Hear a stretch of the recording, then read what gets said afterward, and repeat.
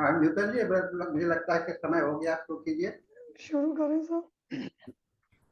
सभी को मेरा नमस्कार।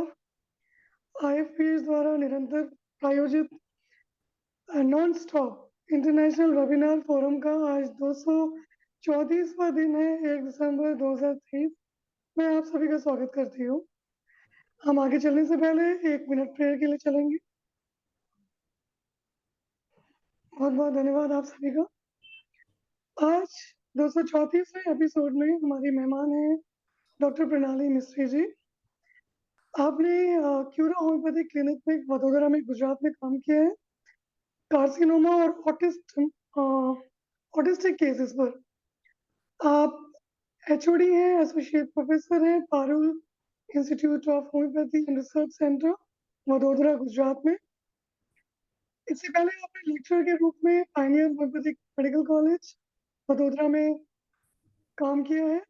आप एमडी हैं मुझे मेडिकल में। आप मेडिकल ऑफिसर रही हैं life time hospital life line hospital Vadodara में। आपने लर्निंग कोर्स किया है होम्योपैथी में जॉर्ज विथॉलकास का। आप देसाई सर्जिकल आई हॉस्पिटल में भी कार्यरत रह चुकी हैं, जो कि वडोदरा में स्थित है। आपने एमडी आनंद मेडिकल कॉलेज से किया है और masters of science in dietetics and food service management में इग्नू से किया है। आज आपका टॉपिक है होम्योपैथिक केस टेकिंग, आकलन में विकसित मनोविज्ञान के सिद्धांतों का समावेश। तो डॉक्टर प्रणाली जी, हम आपका स्वागत करते हैं और आपको आमंत्रित करते हैं कि आप अपना प्रेजेंटेशन शुरू करें।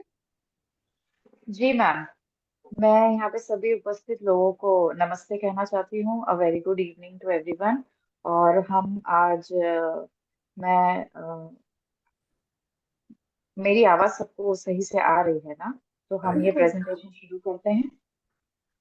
तो मेरा आज का जो टॉपिक है मैं स्क्रीन शेयर करना चाहूंगी।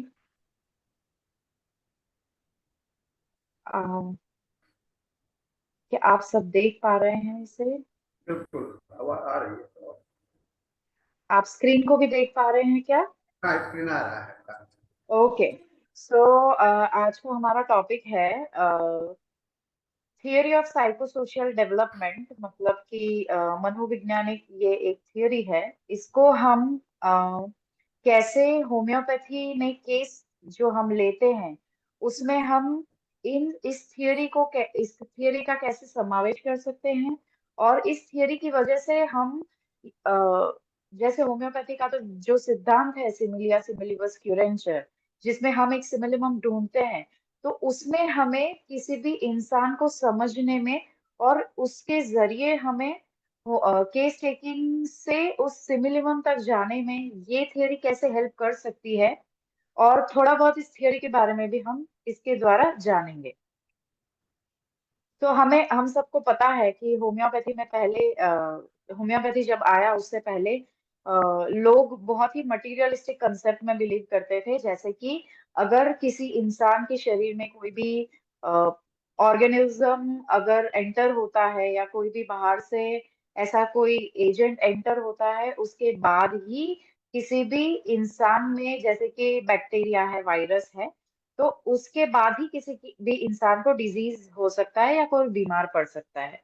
पर डॉक्टर सैमुअल फ्रेडरिक हनेमैन ने इस चीज होम्योपैथी को लाके इस चीज को बोलते हैं कि अभी ऐसा हो गया है कि एलोपैथ्स भी मानने लगे हैं कि सिर्फ और सिर्फ यही चीज नहीं है जिससे इंसान बीमार हो रहा है। आज हम एक ऐसे एरा में पहुंच गए हैं कि जहां से लोगों को मतलब ऐसा पता चलता है कि स्ट्रेस एक ऐसी चीज है और हमारे रोजिंदी जिंदगी में चीजें जो भी होती है उसका कहीं ना कहीं हमारे स्वास्थ्य पर बहुत गहरा असर पड़ता है।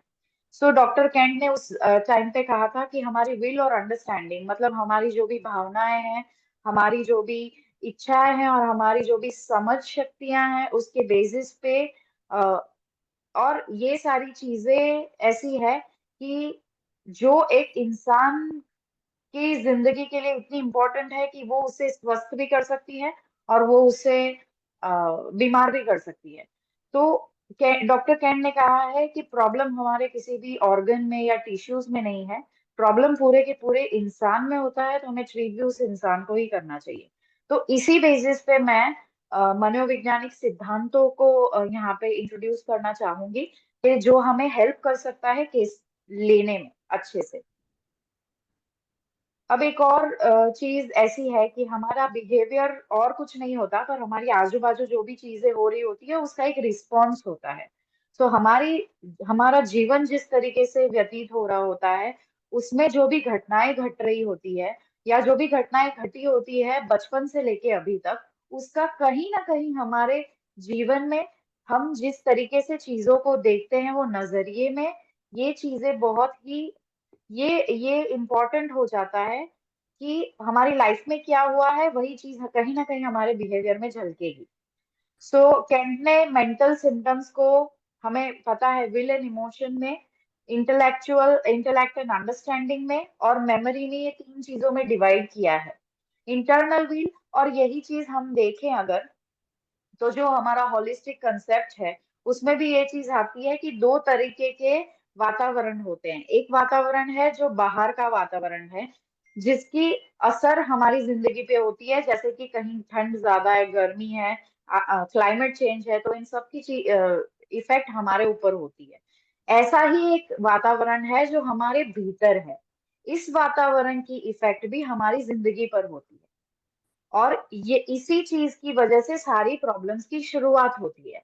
जैसे कि फिलॉसफी में भी कहा गया है कि जब तक कोई भी अगर ट्रिगर ना आए तो वाइटल फोर्स डिरेंज नहीं होता। अब ये ट्रिगर एक्सटर्नल एनवायरनमेंट का भी हो सकता है, बाहरी वातावरण, और ये ट्रिगर अंदरूनी वातावरण का भी हो सकता है, और हमारी लाइफ में जो भी इवेंट्स बने उसका भी हो सकता है। सो ये ऑर्गेनॉन ऑफ मेडिसिन में एफोरिज्म 5 में कहा गया है कि डिजीज के कॉजेस क्या क्या हो सकते हैं। तो एक होता है फंडामेंटल कॉज, जो कि मुख्य कारण होता है, जिसे हम मायाजम भी कहते हैं, सोरा साइकोसिस सिफिलिस। और दूसरा एक मेंटेनिंग कॉज होता है। एक और कॉज होता है एक्साइटिंग कॉज, कि जो इस पूरे, एक इंसान अपनी लाइफ अच्छे से जी रहा है और सडनली कुछ हो जाता है और उसके बाद उसके जीवन में सारी प्रॉब्लम होती है, मानसिक और शारीरिक दोनों। तो ये उसका एक एक्साइटिंग कॉज हो गया, मतलब ऐसा कॉज जिसकी वजह से सब कुछ शुरू हुआ उसकी जिंदगी में। सो एक्साइटिंग कॉज की बात एफोरिज्म 5 में की गई है। और इम्पोर्टेंट एक्साइटिंग कॉज कुछ भी हो सकता है जी। हाँ बोलो बोलो, हाँ बोलो। हाँ, वो फिजिकल, मतलब शारीरिक भी हो सकता है और मानसिक भी हो सकता है, और बहुत सारे डिजीज का यही कारण भी होता है। तो एक्साइटिंग कॉज बहुत सारे हो सकते हैं, जैसे कि अ, परिवार में किसी की डेथ हो जाना, किसी को जॉब में किसी ने सुना देना, बचपन में किसी बच्चे को सबके सामने डांट देना, वहां से लेके आपकी इम्यूनिटी कम होना, आप खाना नहीं खा रहे हो तो उसकी वजह से आप में न्यूट्रिशन की कमी होना, ये सारी चीजें कॉजेज हो सकती है, फिजिकल एंड मेंटल। तो अब हम चलते हैं, ये इसलिए जरूरी है क्योंकि हम होम्योपैथ है, और होम्योपैथ सिर्फ फिजिकल कंप्लेन्स या सिर्फ शारीरिक कंप्लेन्स पे ध्यान नहीं देता है।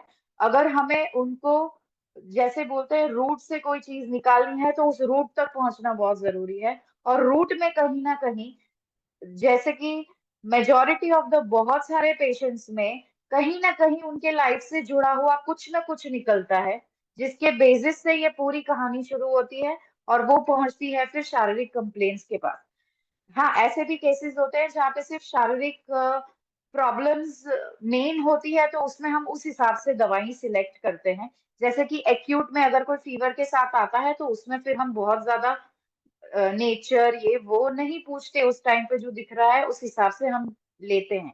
बट जहाँ पे हम क्रोनिक कंप्लेन से डील कर रहे हैं, जहाँ पे डिप्रेशन से डील कर रहे हैं, बहुत सारी मानसिक बीमारियों से डील कर रहे हैं, उस सारी चीजों में ये वाली जो मनोवैज्ञानिक सिद्धांत है वो बहुत काम करते हैं।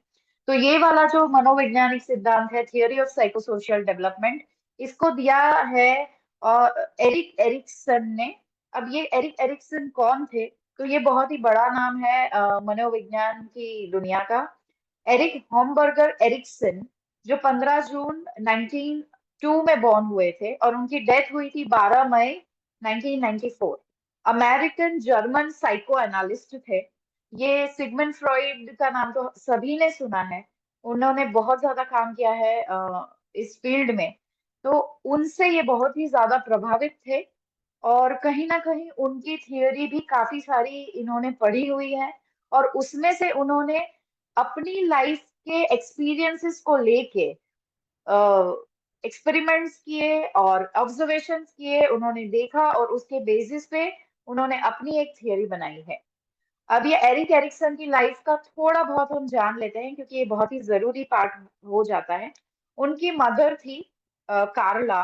ये लोग जूइश फैमिली से आते हैं और एरिक्सन का जन्म हुआ था व्हेन, मतलब कार्ला की शादी नहीं हुई थी तो उससे पहले एरिक्सन का जन्म हो गया था। अब ये उनके जीवन की इतनी बड़ी घटना थी कि इसके बेसिस पे उनका पूरा लाइफ, उन्होंने जो काम किया है वो अपनी जिंदगी से प्रेरणा लेके ही किया है। उन्होंने बाद में शादी की एरिक्सन के बर्थ के बाद थियोडोर करके एक इंसान से, और उन्होंने एरिक को गोद ले लिया था। अब लेट चाइल्डहुड में वो बहुत बड़े हुए उसके बाद उन्हें पता चला कि ये जो थियोडोर है ये उनके पापा नहीं है। तो जब ये चीज पता चली तो उनके दिमाग में बहुत सारे थॉट्स आए। उनको लगा कि मेरे साथ धोखा हुआ है और उससे ये लगा कि उनके अपने पिताजी को वो नहीं जानते थे। तो उसके बाद उनको ये पता चला कि मतलब मैं अब तक जो सच्चाई समझता आ रहा था मेरी जिंदगी की वो तो सच है ही नहीं। उसकी वजह से उनको खुद के व्यक्तित्व से कंफ्यूजन होने लगा। उनको जो हम बोलते हैं ना आइडेंटिटी क्राइसिस, कि मैं कौन हूँ, मैं पहले क्या था, मैं कौन हूँ, वो नहीं समझते थे। तो उनके आइडेंटिटी में ये प्रॉब्लम्स होने लगी और वो कंफ्यूज होने लगे कि आखिर में मैं हूँ कौन, क्योंकि अब तक मैं जो सच समझता था अपनी लाइफ का वो तो सच है ही नहीं। और इसके बेसिस पे ये जो घटना हुई उसके बेसिस पे उन्होंने पूरे ये मनोवैज्ञानिक सिद्धांत दिए, क्योंकि वो खुद इस स्टेज से गुजरे हुए थे। अब उसके बाद उन्होंने ऐसा सोचा कि मुझे किसी और का कोई सरनेम नहीं लेना है, मैं अपना ही एक सरनेम बनाऊंगा। और इसीलिए उनका नाम है एरिक और उनका सरनेम है एरिक्सन। वो स्कूल ड्रॉप आउट थे, आर्ट के स्टूडेंट थे और वो छोटे बच्चों को आर्ट सिखाते थे। अब जब वो आर्ट सिखाने लगे तो उन्हें पता चला कि वो छोटे बच्चों के साथ बहुत अच्छे से घुल मिल सकते हैं, उनको अच्छे से समझ सकते हैं। तो जब वो 1920 में एक ऑस्ट्रियन साइकोलॉजिस्ट से मिले, एना फ्रॉइड, उन्होंने उनको बोला कि आपके अंदर वो है कि आप मनोविज्ञान पढ़ सकते हैं और आप अच्छे से उसका यूज कर सकते हैं और आप अच्छे से लोगों को हेल्प कर सकते हैं। इसलिए उन्होंने साइको एनालिसिस पढ़ा और ये थियरी उन्होंने पूरी डेवलप की। तो हम चलते हैं ये मनोविज्ञान के जो सिद्धांत है, मतलब उसके स्टेजेस क्या क्या हैं। तो इसके 8 अलग स्टेजेस है। ये एक साइको एनालिटिक थियरी है, मतलब ये हमारे मन को समझती है और एनालिसिस करती है इसका, और उसके ऊपर से हमें पता चलता है कि हम हमारी जिंदगी में किस मुकाम पे अटके हैं। जैसे कि 1950 में इन्होंने ये बुक लिखी थी, चाइल्डहुड एंड सोसाइटी करके। ये चाइल्डहुड एंड सोसाइटी में हम ये जो बचपन है उसका एक सामाजिक जरिया, सामाजिक नजरिया उन्होंने दिखाया है। ये पूरा मनोविज्ञान उन्होंने इसी पे डेवलप किया है, ये वाला फील्ड। तो इसमें अगर कोई भी इंसान बच्चे से लेके बड़े होने तक 8 अलग अलग स्टेजेस से पास होता है। जब वो उसका बर्थ होता है, जब तब से लेके जब वो ओल्ड होता है तब तक हर एक इंसान, ये हर इंसान की बात है, स्टेजेस से वो पास होता है। और ये जो 8 स्टेजेस हैं ये हम बारी बारी से देखेंगे। अब उनको ऐसा लगा, और ये बात सही भी है क्योंकि हम अपने प्रैक्टिस में भी देखते हैं ये चीज, कि अगर कोई भी इंसान ये 8 अलग अलग स्टेजेस को उनके प्रॉपर उम्र के हिसाब से अगर ये इंसान रिजॉल्व नहीं कर पाता है, कोई भी अगर उनके दिमाग में कॉन्फ्लिक्ट रहता है, जैसे कि आइडेंटिटी, जैसे हम टीनेजर्स में देखते हैं कि उनको नहीं पता होता है उनको क्या बनना है, वो सही रास्ते पे भी जा सकते हैं, वो गलत रास्ते पे भी जा सकते हैं। तो ऐसी सिचुएशन में अगर वो इंसान उस टाइम पे ये कॉन्फ्लिक्ट अथवा तो उसके अंदर की ये दुविधा को सॉल्व कर लेता है, जैसे जैसे उसकी जिंदगी में वो मुकाम आते जाए, अगर वो उसकी उस दुविधा को सॉल्व कर देता है, तो वो इंसान अगले चरण में जाएगा। मतलब कि वो इंसान उस एज के लिए मैच्योर हो जाता है, उस एज में जो उसे सीखना होता है वो सीख लेता है और वो आगे बढ़ जाता है।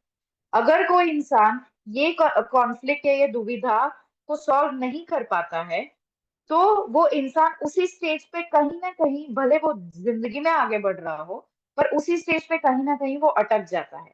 ये कैसे होता है, ये हम स्टेज वाइज अब देखते हैं। तो ये देखिए, स्टेजेस ऑफ साइकोसोशियल डेवलपमेंट के 8 जो स्टेज हैं, उसमें हम पहले देखने जाएंगे। तो इन्फेंट मतलब जन्म से लेके 18 महीने तक पहला साइकोलॉजिकल क्राइसिस या तो जो दुविधा आती है जिंदगी में, वो आता है ट्रस्ट या मिसट्रस्ट। तो ये एक के बाद एक हम देखेंगे। दूसरा 18 महीने से 3 साल की उम्र तक है।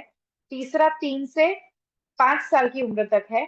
तो कोई भी अगर नॉर्मल इंसान आप ले लो, उसकी जिंदगी में ये 8 पड़ाव होते हैं। ये पड़ाव के हिसाब से इंसान अपने अपने लेसन बोलते हैं, जो पाठ बोलते हैं जिंदगी के, वो सीखता है। अब वो इंसान इसमें से जिस पाठ पे अटक गया, उस पार्ट का कहीं ना कहीं जब आप केस लेंगे, तो वो इंसान के जीवन में कहीं ना कहीं, लेट्स से कि ये इन्फेंट टू 18 मंथ्स का जो है, कि जन्म से लेके 18 महीने तक का, उसमें अगर उसके साथ कोई भी प्रॉब्लम हुआ है या प्रॉपर ट्रीट नहीं हुआ, वो हम आगे देखेंगे। और उसको कहीं ना कहीं अगर ट्रस्ट इश्यू रह गया, तो यही ट्रस्ट इश्यू उसके बहुत सारे लाइफ के पड़ाव में भी कहीं ना कहीं देखने को मिलेगा, क्योंकि ये उसकी जिंदगी में बार बार होता रहता है। वो बोलते हैं ना, एक कलर का चश्मा अपनी आंखों के सामने लग जाता है और हम दुनिया को फिर उसी चश्मे से देखते हैं। या तो वो हमारे ट्रॉमा का एक रिस्पॉन्स बन जाता है, हमारे साथ जो हुआ हम उसी वे में सामने वाले के साथ डील कर रहे हैं। तो हम पहला देखते हैं ट्रस्ट और मिसट्रस्ट। तो ये होता है किसी भी इंसान में ट्रस्ट की या भरोसे की भावना जन्म लेती है उसके जन्म लेने के बाद ही। और पहला रिश्ता जो बनता है वो होता है अपनी मम्मी के साथ या अपनी माता जी के साथ। तो इसमें सबसे बड़ा क्वेश्चन ये है कि क्या मैं अपने आजू बाजू के लोगों से को ट्रस्ट कर सकता हूँ। तो अगर हम ये देखने जाएंगे, तो काफी सारे बच्चे ऐसे होते हैं जो अपनी सिर्फ मदर के पास ही रहते हैं, और अगर कोई भी उन्हें छुएगा या कोई भी उन्हें खेलने की उनसे कोशिश करेगा, तो बहुत सारी बार वो रोने लगते हैं, या तो फिर वो अपनी मदर के पास वापस जाना चाहते हैं। 18 महीने तक के बच्चे की बात हो रही है ये। तो या तो वो मम्मी और पापा के अलावा किसी और के साथ नहीं जाएंगे, या तो वो जिनको रोज घर में देखते हैं उनके अलावा किसी और के पास नहीं जाएंगे। काफी सारे बच्चे ऐसे होते हैं, काफी बच्चे ऐसे होते हैं जिनको इन चीजों से फर्क नहीं पड़ता। सो अभी का इम्पोर्टेंट इवेंट अगर इस स्टेज का हम देखने जाए, तो वो है फीडिंग।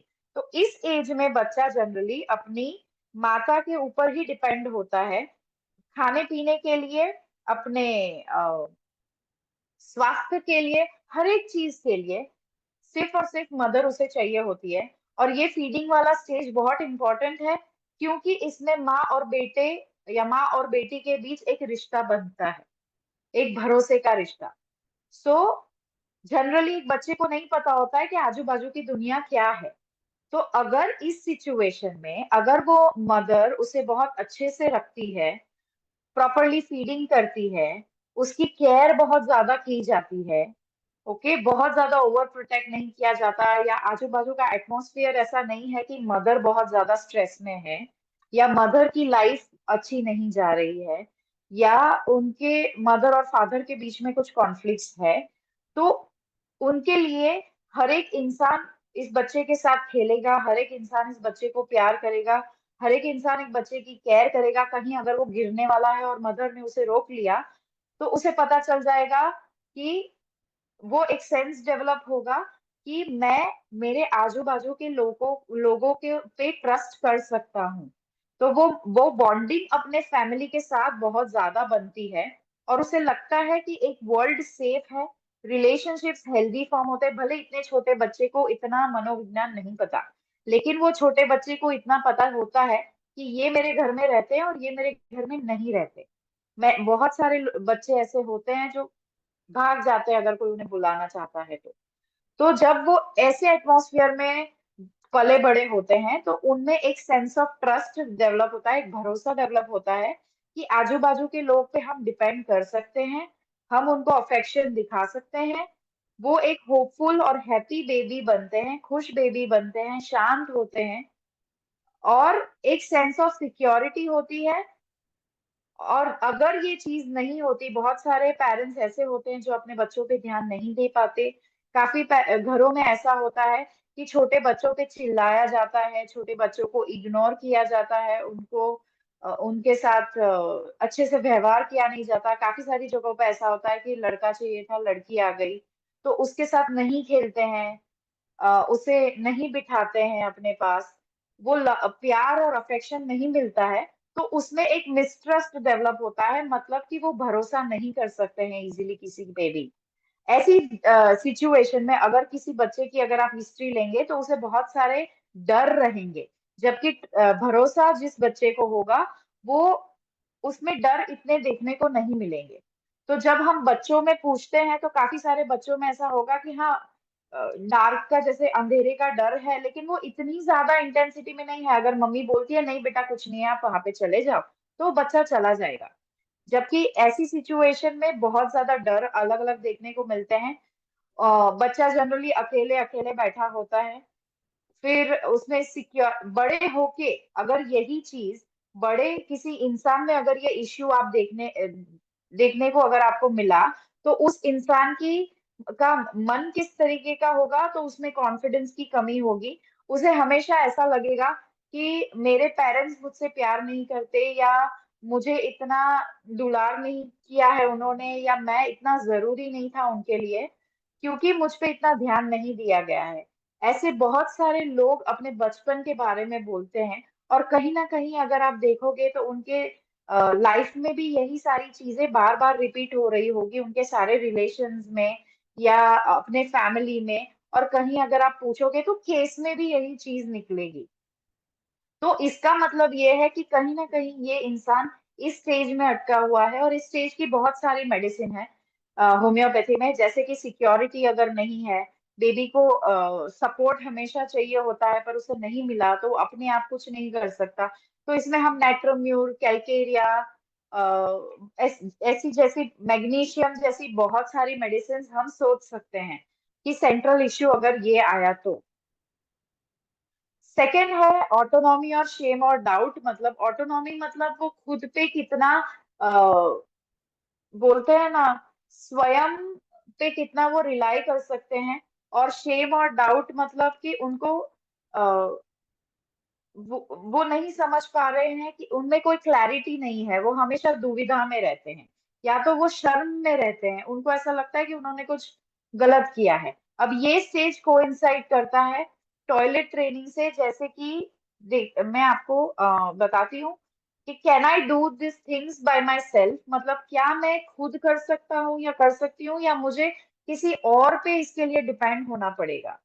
तो इसमें बेसिक आती है विल। अब ये जो इतने 18 महीने से लेके जो 3 साल तक का बच्चा होता है, तो उसका मेन काम क्या होता है, उसकी लाइफ में क्या होता है, उसको बहुत सारी एक्स्ट्रा चीजें, अब वो मदर से थोड़ा इंडिपेंडेंट हुआ है और उसे बहुत सारी चीजें सीखनी है नई, जिससे शुरू होता है टॉयलेट ट्रेनिंग भी। जैसे पेरेंट्स को बोलना कि भाई मुझे टॉयलेट जाना है, तो ये उसे खुद सेंस हुआ, वो अपने आप से ये करता है। तो ये किसी भी लाइफ में इम्पोर्टेंट इवेंट उसका होता है टॉयलेट ट्रेनिंग। और दूसरा इम्पोर्टेंट इवेंट होता है चीजें खुद चूज करना या खुद सिलेक्ट।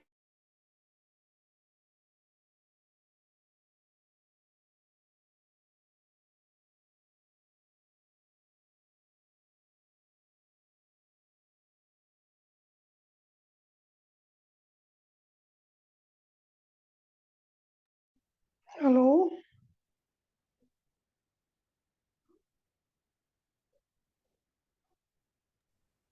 प्रनोदन शर्मा कुछ सुन नहीं सकता, क्या हो गया? यस प्रणाली मिश्री जी, आपका आवाज नहीं आ रही है। ओके, डॉक्टर प्रणाली। मे बी लिंग सर चला नमस्कार। गया होगा। ये सर कुछ नेटवर्क इशू है शायद। हाँ कुछ। डॉक्टर प्रणाली। आई थिंक एंड में डार्कनेस आया था ना, तो शायद वो लाइट वगैरह का प्रॉब्लम होगा माइक। कुछ बट टॉपिक सच में बहुत इंटरेस्टिंग था, बहुत अच्छा चल रहा था।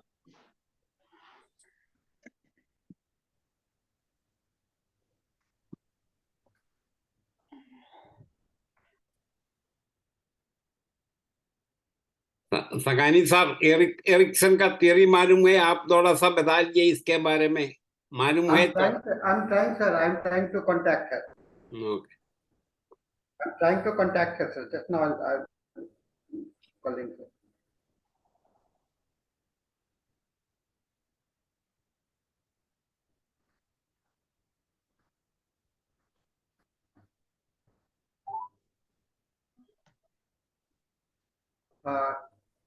हेलो, आप डिस्कनेक्टेड हैं? हाँ, एक्चुअली यहाँ पे लाइट चली गई तो मेरा वो कट गया, मैंने वापस कनेक्ट कर रही हूँ। हाँ, कर दीजिए, तब तक हम हाँ। लोग जल्दी। हाँ। हाँ, जब मुझे पावर कट इसलिए वो नहीं कर पाए थे, तो ट्राइंग टू ज्वाइन करने का कोशिश करिए।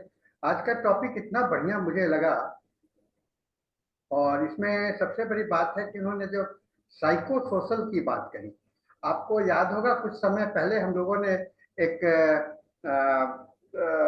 सेशन देखा था, डॉक्टर इनका क्या कहते हैं, बालाचंद्रन का, और एनाल फिक्सेशन सिंड्रोम, है ना। उसके बाद में फिर हमारे आज के जो होस्ट में से हैं डॉक्टर मनीष आजाद, उनका सिंड्रेला सिंड्रोम, है ना। आपको ये थोड़ा सा मैं इंसाइट इसलिए दे रहा हूँ कि all these are related to the psychosocial, और एनल फिक्सेशन का और टाइप ऑफ पर्सनैलिटी टाइप का जो है, पर्सनैलिटी ए बी सी करके, वो आपके रिपोर्टरी में चला आया है।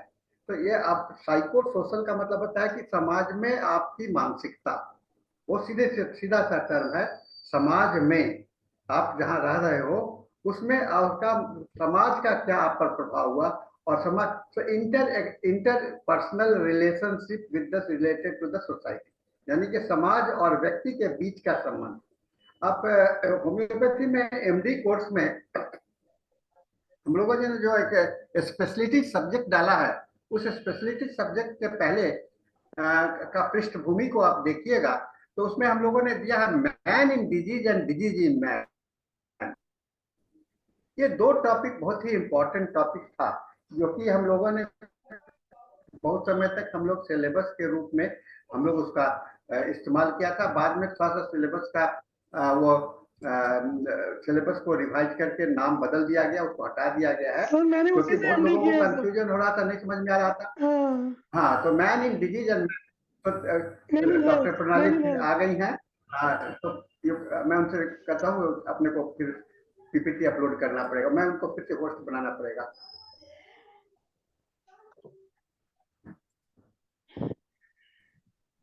प्रणाली जी, नाउ यू कैन अपलोड। हाँ जी, हाँ जी, हाँ मैं कंटिन्यू कर रही हूँ।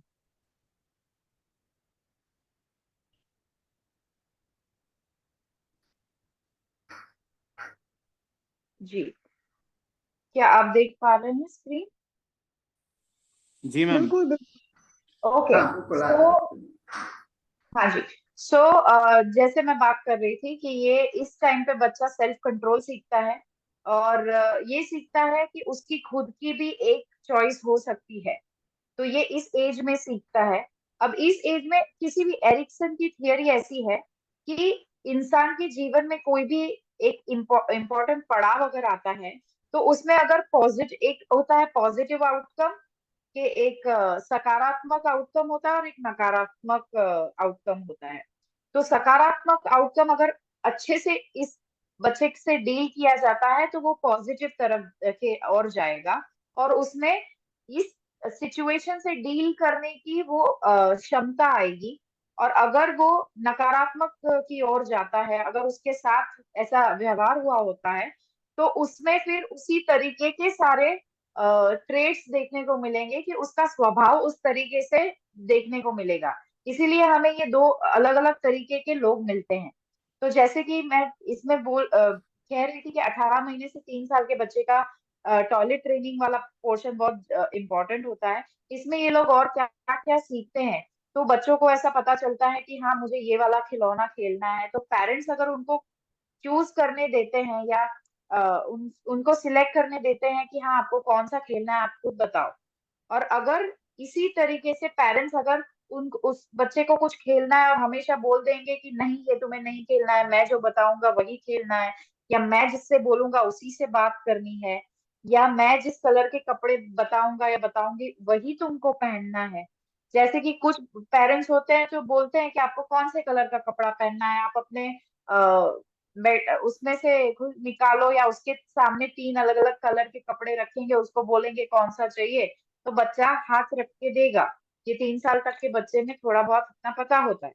तो ऐसे बच्चों में फिर ये हम देख सकते हैं कि वो अपने आप चीजें डिसीजंस आगे जाके लेते हुए हो जाएंगे, अगर ये पेरेंट्स का अप्रोच है। तो वो क्रिटिकल थिंकिंग स्किल्स, मतलब जो लॉजिक यूज करना होता है, जहाँ पे उनको सोच के डिसीजन लेने होते हैं, जहाँ पे उनको अच्छा बुरा सब देखना होता है, ये सारी चीजें वो कर पाते हैं।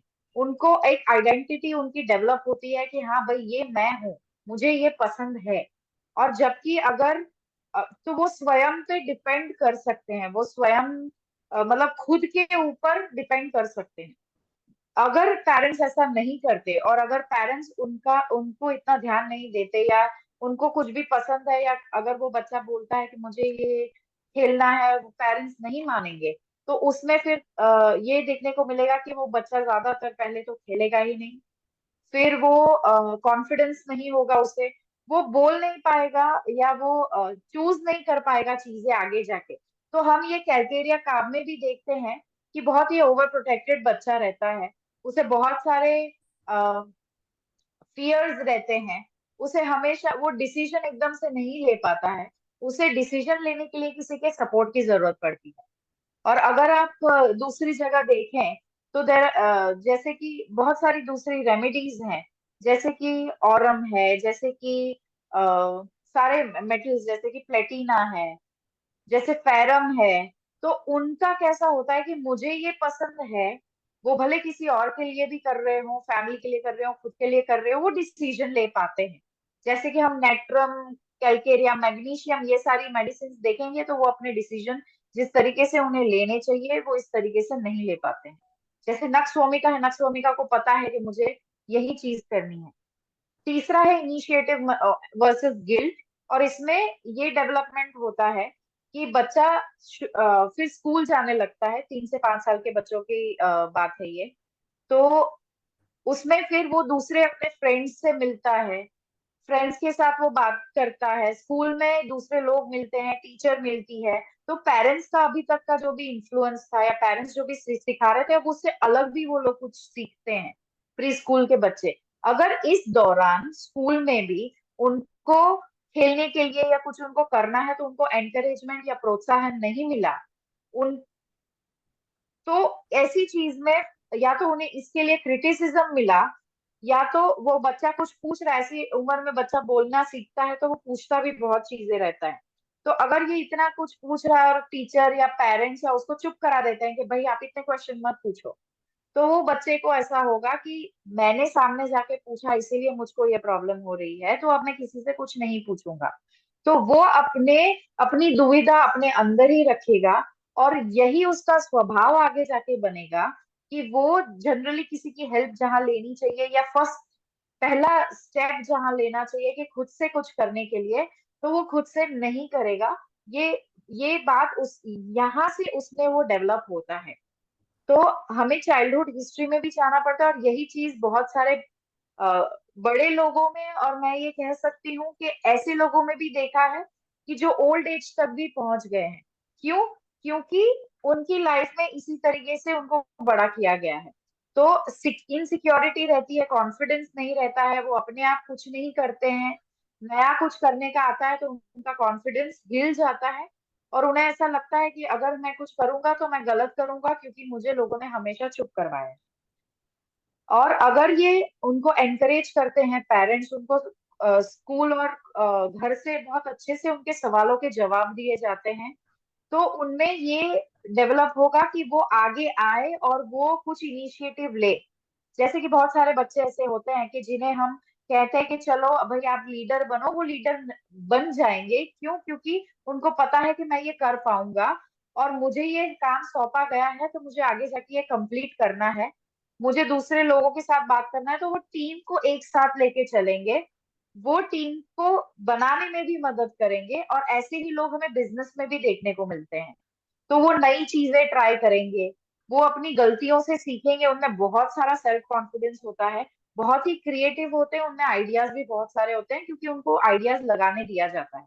तो ये हम नक्सवामिका में देख सकते हैं कि नक्सवामिका बिजनेस स्टार्टअप कर लेगा, वो कहीं हर जगह से फंडिंग जुटा लेगा। तो ऐसी चीजें हम उस ऐसी पर्सनालिटीज में देख सकते हैं। अगर इन दोनों का एक बैलेंस देखने जाए तो मॉरल जजमेंट उनमें आता है कि मुझे कहाँ इनिशिएटिव लेने चाहिए और मुझे कहाँ इनिशिएटिव नहीं लेने चाहिए। ये सारी चीजें उनकी इस पर्टिकुलर एज ग्रुप में डेवलप होती है। अब ये डेवलपमेंट में अगर कोई इंसान यहीं पे अटका है डाउट में, तो वो पूरी जिंदगी उसको खुद पे, दूसरों पे, हर जगह डाउट ही रहेगा। और इसकी जड़ें होती है चाइल्डहुड में। ये इसीलिए जानना जरूरी है कि हम केस टेकिंग के थ्रू ये ले पाएंगे, ये आइडिया ले पाएंगे कि ये इंसान अभी तक कहाँ अटका है। तो डाउट एक ऐसी चीज है, तो मतलब कि इसकी पर्सनालिटी जो है, तो हम मेडिसिन भी ऐसी सिलेक्ट करेंगे। हम डायरेक्ट ऐसे क्वेश्चंस भी पूछ सकते हैं अगर हम ये चीज सेंस कर पाते हैं उसके लैक ऑफ सेल्फ कॉन्फिडेंस या सेल्फ डाउट से। तो हमें पता चल जाएगा कि ये इनिशिएटिव वाला इश्यू आ रहा है। हम लाइफ हिस्ट्री पूछ सकते हैं और उसके हिसाब से भी हम मेडिसिन सेलेक्ट कर सकते हैं। इंडस्ट्री और इंफीरियोरिटी, इंडस्ट्री में यहाँ पे इंडस्ट्री का मतलब होता है कि जैसे कि नक्सवामिका में एक रूब्रिक दिया गया है इंडस्ट्रियस। इंडस्ट्रियस मतलब जो बहुत ही काम करता है, हार्डवर्क करता है, जो काम करने से कतराता नहीं है, जिसको लाइफ में कुछ अ, अच्छे मुकाम पर पहुंचना है, इसको हम इंडस्ट्री बोलते हैं। इंफीरियरिटी मतलब जो अपने आप को दूसरों से कम समझता है। तो यहाँ पे ये डेवलप होता है स्कूल एज में कि क्या मैं अच्छा हूँ या मैं बुरा हूँ। तो जब बच्चे प्री स्कूल से स्कूल में जाते हैं तो भी बहुत सारे लोगों से मिलते हैं, वहां पे बहुत सारी कंपटीशन होती है, नए नए चैलेंजेस होते हैं। तो ये 6 से 11 साल के जो किसी भी इंसान के जीवन में 6 से 11 साल का जो एज ग्रुप होता है, जो टाइम होता है, ये इन चैलेंजेस से भरा हुआ होता है। क्योंकि अब ये बच्चा फर्स्ट स्टैंडर्ड, सेकंड स्टैंडर्ड में आ गया होता है, नए नए सब्जेक्ट्स पढ़ रहे होते हैं, मैथ्स आता है, नए चैलेंजेस आते हैं, गेम्स खेलने होते हैं, होमवर्क काफी दिया जाता है। तो अगर ये पेरेंट्स ऐसी चीजों में, जहाँ पे खास करके मैथ्स और ऐसी सब सब्जेक्ट में अगर पेरेंट्स हेल्प कर रहे हैं, उनको उनके डाउट सॉल्व कर रहे हैं, उनको अच्छे से बैठ के टाइम लेके सिखा रहे हैं, नए नए आर्ट वाली जगहों पे भेज रहे हैं। जैसे कि अभी बच्चे 6 से 11 साल के कितने सारे बच्चे सिंगिंग में जाते हैं, पेंटिंग करने जाते हैं। तो ये सारी स्किल्स हम डेवलप करवाते हैं, उनको टीम एक्टिविटीज डेवलप करवाते हैं। अगर वो बच्चे की बहुत सारी हॉबीज हैं, आप उस हॉबीज को, जैसे कि शौक है, तो आप उनको पेंटिंग, सिंगिंग, फिर ये होमवर्क, फिर उनके लिए इंटरेस्टिंग बनाते हो, तो वो बच्चे को लाइफ टाइम इस इन सारी चीजों में इंटरेस्ट रहेगा। और उसको हम बोलते हैं इंडस्ट्रियल स्टेज। तो जिसमें वो बच्चा फिर से नई स्किल सीखेगा, केपेबल होगा, हार्ड वर्क करेगा, अगेन उसे अपनी एबिलिटीज पे कॉन्फिडेंस होगा। ये छोटे छोटे बच्चे अभी काफी डांस और सिंगिंग, तो वो स्टेज पे जाने से घबराएंगे नहीं। जबकि स्टेज फ्राइट मतलब कि स्टेज पे जाने से घबरा जाना और ये सब एग्जैक्ट अपोजिट पूरा दूसरा स्टेट डेवलप होता है। यहाँ पे उनकी एक पॉजिटिव सेल्फ इमेज होती है कि नहीं, मैं जैसा भी हूँ मैं अच्छा हूँ और अच्छा कर रहा हूँ, सब मेरे सपोर्ट में है और मैं कर पा रहा हूँ, तो मैं सक्सेसफुल हो जाऊंगा, स्टेज पे जाके मैं गा लूंगा। ये जो चीज होती है ये डेवलप होता है इस एज में। और अगर हम अपोजिट में देखने जाए तो अगर टीचर क्रिटिसाइज करते रहते हैं, अगर उन्होंने लेट से कुछ गा लिया और उन्होंने बोल दिया आप तो ऐसा मत करो, या फिर पेरेंट्स हेल्प नहीं कर रहे हैं होमवर्क में और बच्चा पूछने जा रहा है, पेरेंट्स ने डांट दिया या पेरेंट्स हेल्प नहीं कर पाए किसी भी वे में, तो बार बार अगर ऐसा होता है तो वो बच्चे के माइंड में फिर एक इंफीरियरिटी कॉम्प्लेक्स हो जाता है कि मैं दूसरे लोगों जितना अच्छा नहीं कर पाऊंगा क्योंकि मुझे नहीं आता। तो उनको ऐसा होता है कि आई एम नॉट इनफ, मैं नहीं कर सकता। ये इंफीरियोरिटी कॉम्प्लेक्स, ये स्टेज फ्राइट, फिर इसकी वजह से वो बच्चे अकेले अकेले रहते हैं, लोगों से मिक्स नहीं होंगे। क्यों नहीं होंगे? क्योंकि उन्हें ऐसा लगता है कि मैं उन लोगों जितना नहीं हूँ। क्योंकि उन्हें ऐसा लगता है कि ना मैं अच्छा दिखता हूँ, मुझसे कोई अच्छे से बात नहीं करता है, या मुझे जब जरूरत थी तब वो लव केयर अफेक्शन नहीं मिला, अब मैं इन लोगों जितना नहीं कर पाऊंगा, इसीलिए वो आई एम नॉट इनफ वाला सिचुएशन होता है, और इससे इंफीरियरिटी कॉम्प्लेक्स होती है। तो ऐसी सिचुएशन में अ पर्सन, मतलब हम ऐसा बोल सकते हैं जैसे सिलिशिया में है स्टेज फ्राइट, लाइकोपोडियम में है स्टेज फ्राइट, तो उन लोगों को बहुत सारा कॉन्फिडेंस का प्रॉब्लम होता है। पर जब वो करने जाते हैं, जब वो स्पीच देते हैं, तो स्टार्टिंग में तकलीफ होती है, फिर धीरे धीरे कर लेते हैं। लेग कैनाइनम में इंफीरियोरिटी कॉम्प्लेक्स बहुत ही स्ट्रांग होता है, तो वो जनरली नहीं बोल पाते, बहुत नर्वस हो जाते हैं। ये सारी चीजें भी बहुत देखने को मिलती है, तो ये हम एडल्ट्स में भी देखते हैं। तो कहीं ना कहीं अगर हमें ये चीज पता है तो हमें उनका काउंसलिंग कैसे करना है ये समझ पाएंगे, और उनकी स्टेज फ्राइट डेवलप होने का कारण क्या है ये भी हम समझ पाएंगे, और हमें इस बेसिस पे उन्हें काउंसलिंग भी कर सकते हैं। नेक्स्ट जो पार्ट है वो है आइडेंटिटी और रोल कंफ्यूजन। ये बहुत ही कॉमनली आजकल हमें देखने को मिल रहा है आज के जमाने में। ये 12 से 18 साल के जो जनरली हम बोलते हैं टीन एजर्स, उनकी प्रॉब्लम होती है। और टीन एजर्स में ऐसा है कि जनरली रिलेशनशिप बेस्ड, मतलब सामाजिक पारिवारिक जो हमारे रिश्ते हैं उस पे मेन फोकस इसमें होता है, और इनकी एक पर्सनल आइडेंटिटी भी बनती है, क्योंकि इसके बाद ये फिक्स होते हैं कि मुझे ये पसंद है और मुझे ये नहीं पसंद है। अगर इनके इंटरेस्ट और इनके गोल्स को सुना जाए, समझा जाए, और इनको सही गाइडेंस अगर मिलती है पेरेंट्स से, और वो उन्हें अलग अलग फील्ड्स में एक्सप्लोर करने के लिए छोड़ते हैं और उनको गाइड करते हैं, अगर इतना इंटरेस्ट वो लेते हैं और उनके फ्रेंड्स जैसे हैं कि जिनके साथ वो डिस्कस कर पाए, तो उनकी एक स्ट्रॉन्ग आइडेंटिटी और स्ट्रॉन्ग व्यक्तित्व बनता है, और जिसमें वो बहुत ही सिंसियर होते हैं, वो बहुत ही अच्छे से खुद को समझ पाते हैं और खुद को एक्सेप्ट भी कर पाते हैं। और अगर यही चीज एडोलसेंट में अगर उनको हर जगह रोका गया, उनको मारा गया, उनका अब्यूज हुआ, पेरेंट्स के खुद के अगर प्रॉब्लम्स हो रहे हैं, या डिवोर्स चल रहा है, या कुछ भी है, तो फैमिली अगर बिगड़ी हुई है, तो यही चीज उनके रोल कंफ्यूजन बन जाएगी। जैसे कि उनका आइडेंटिटी क्राइसिस हो जाएगा, या तो फिर उनके साथ ऐसा कुछ हुआ कि उनको कुछ और पसंद है और पेरेंट्स चाहते हैं कि वो कुछ और करें, तो वो कंफ्यूज हो जाएंगे कि अब मैं ये हूं या मैं वो हूं। तो ये भी बहुत सारे लोगों को देखने को मिलता है कि वो श्योर नहीं होते, यहाँ तक कि सेक्सुअलिटी रिलेटेड भी वो श्योर नहीं होते। ठीक है, तो अभी के सिनेरियो में ये चीज अगर हम देखने जाए ओरिएंटेशन रिलेटेड, तो वो कहीं ना कहीं इस स्टेज में आके भी फंसे हुए हैं। तो इसमें वो एक्सेप्टेंस, वो खुद को ही एक्सेप्ट नहीं कर पाते हैं। ऐसी सिचुएशन में वो क्राइम की तरफ भी जा सकते हैं, वो एंटी सोशल हो जाते हैं। अगर उनने किसी ने कुछ बोल दिया या कुछ क्रिटिसाइज कर दिया, उनके पर्सपेक्टिव को लेके, मतलब वो दुनिया को जैसे देखते हैं, किसी ने बोल दिया कि आपको तो कुछ भी नहीं आता, और ऐसे बार बार अगर उसके साथ हो रहा हो, तो बच्चे को कॉन्फिडेंस चला जाएगा, वो डिप्रेस भी हो जाएगा, रिलेशनशिप्स उसके सही से नहीं चलेंगे फ्रेंड्स और परिवार के साथ, और वो क्राइम की तरफ भी जा सकता है, जहाँ पे माँ बाप बहुत मारते हो या आजू बाजू वो क्राइम देखते हैं। तो ऐसी सिचुएशन में वो क्रिमिनल बन सकते हैं, जहाँ पेरेंट्स की भी बहुत ज्यादा एक्सपेक्टेशंस है। नेक्स्ट है इंटीमेसी और आइसोलेशन।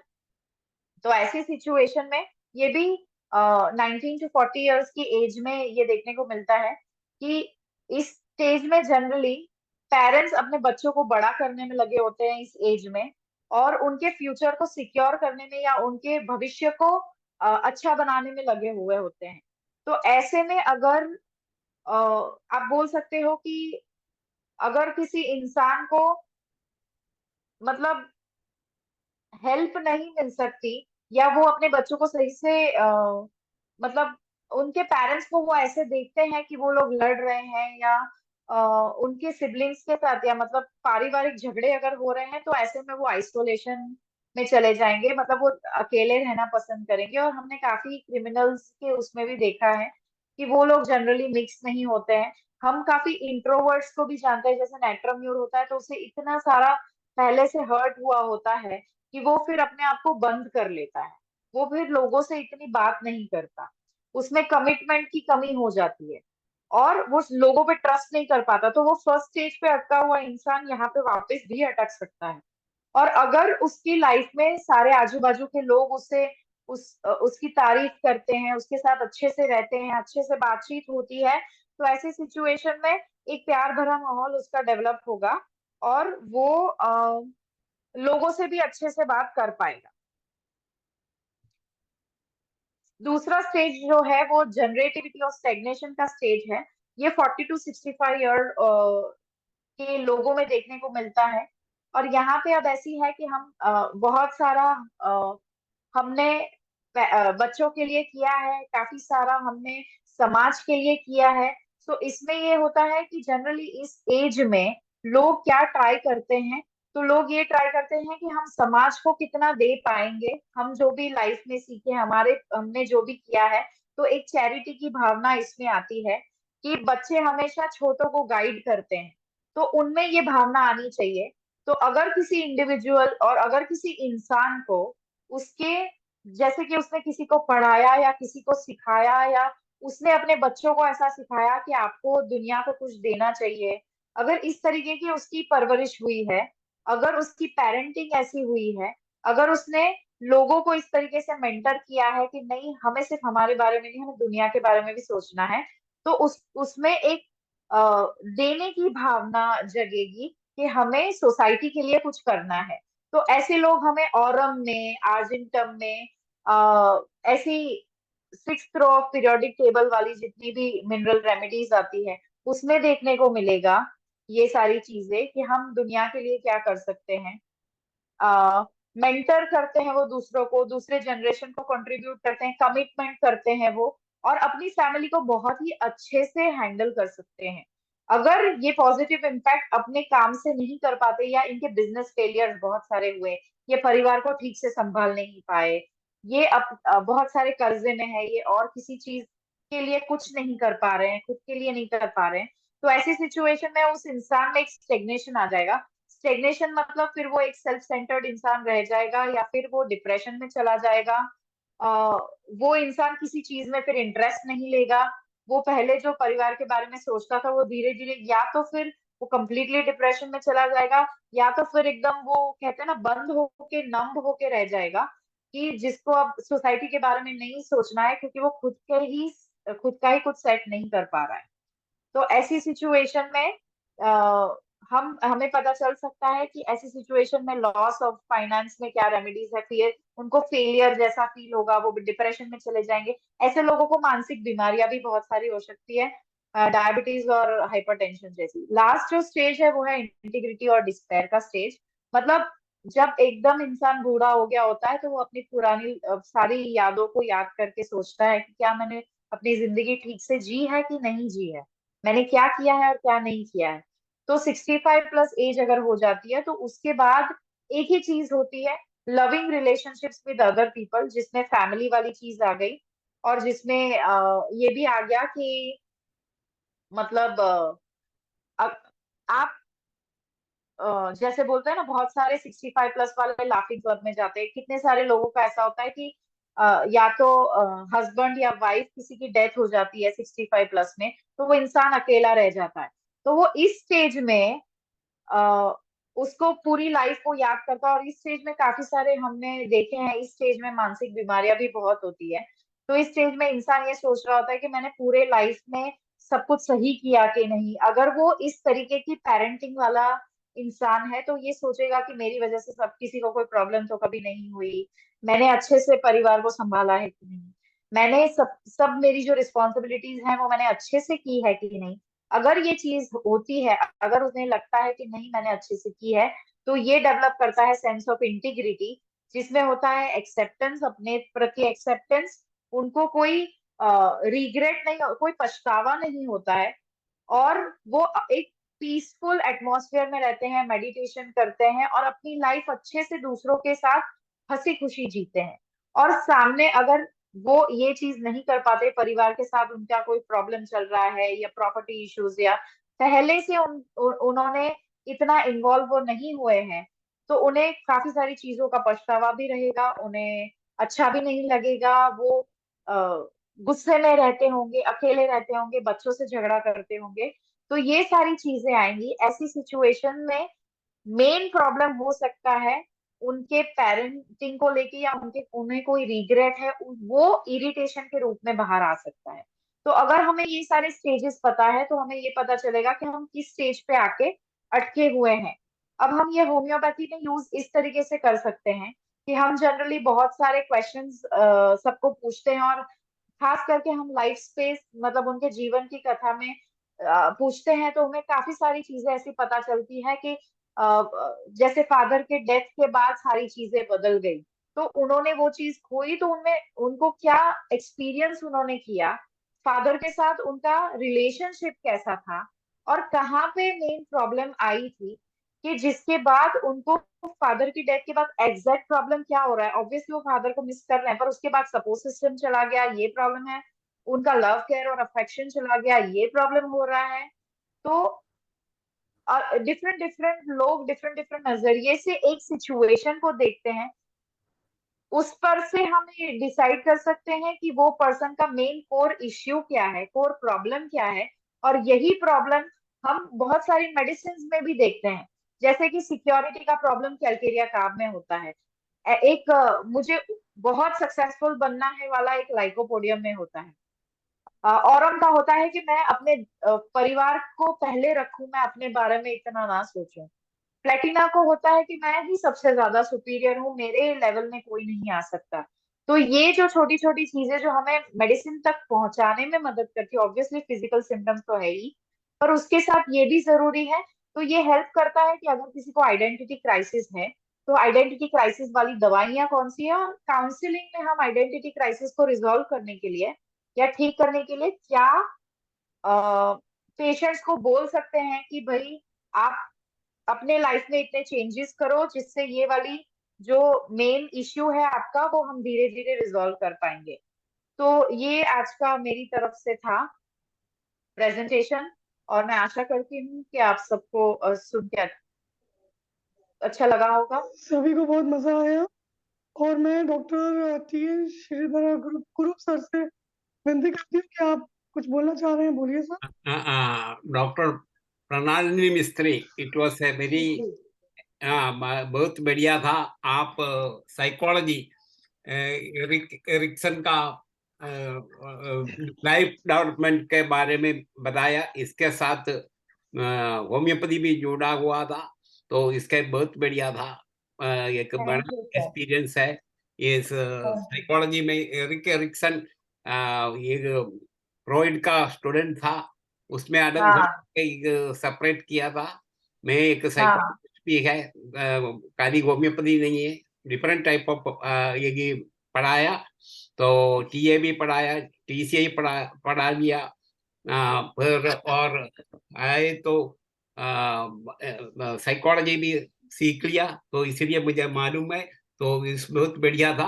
आप ऐसा भी आ जाइए, इंग्लिश सेशन में आ जाइए, आपका भाषण बहुत बढ़िया था। इस होम्योपैथी और एरिक्सन का लाइफ डेवलपमेंट का बारे में आप जुड़े हुए बहुत बढ़िया एक सेक्शन बना लिया। थैंक यू वेरी मच, बहुत धन्यवाद।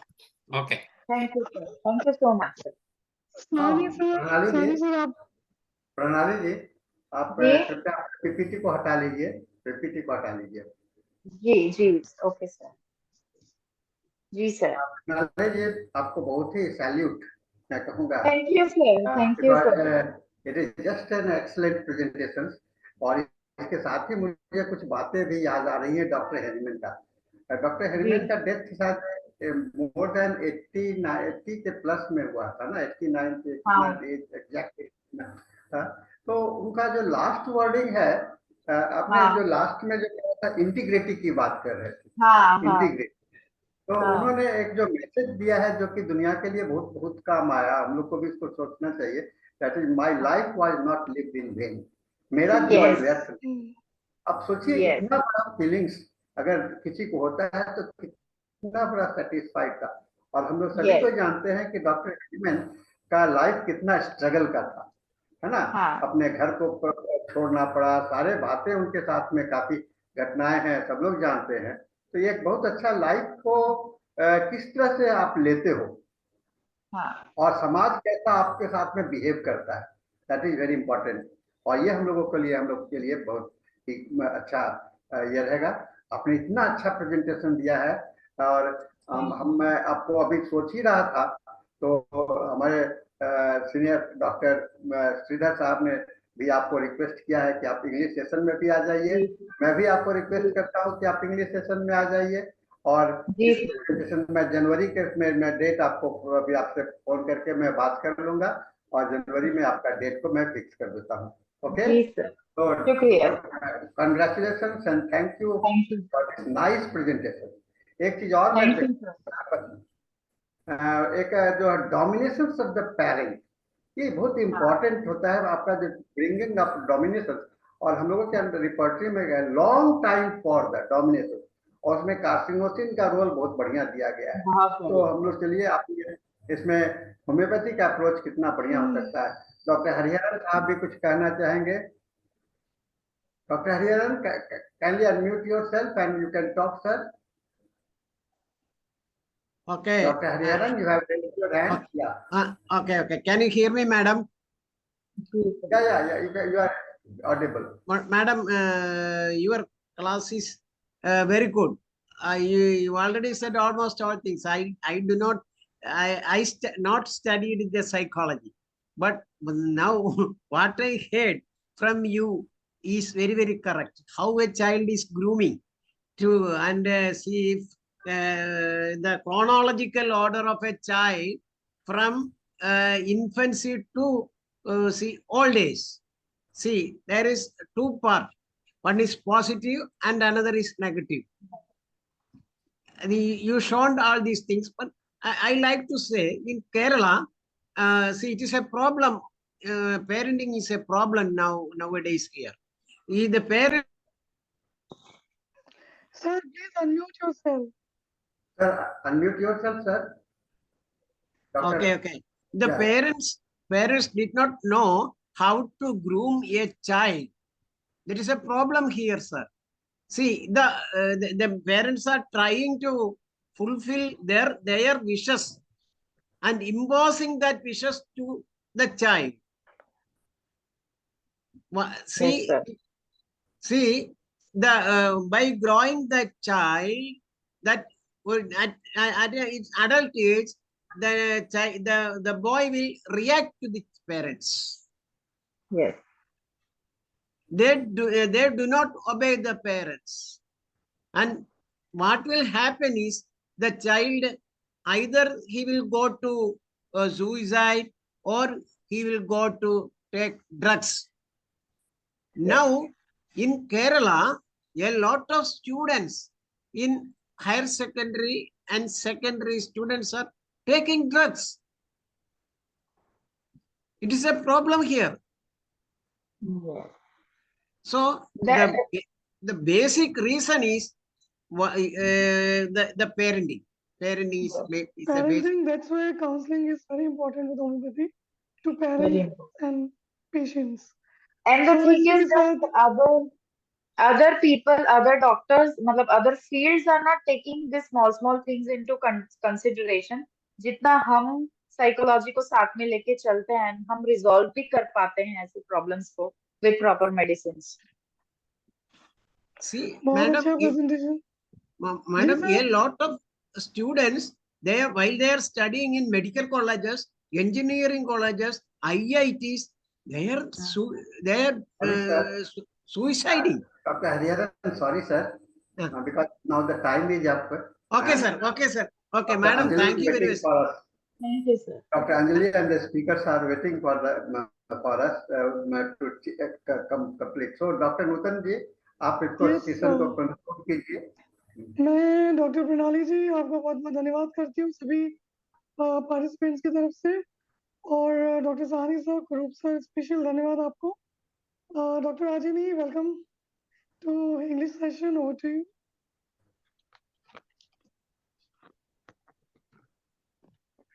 Please unmute yourself, Dr. Ajini. I know. Okay, good evening, everyone, and Dhanyavad Hindi team. Now it is the time for the English session. Thank you, Dr. Notanji, Sahani sir. Now we are going to start the English session. Before starting the session, we will have a silent prayer.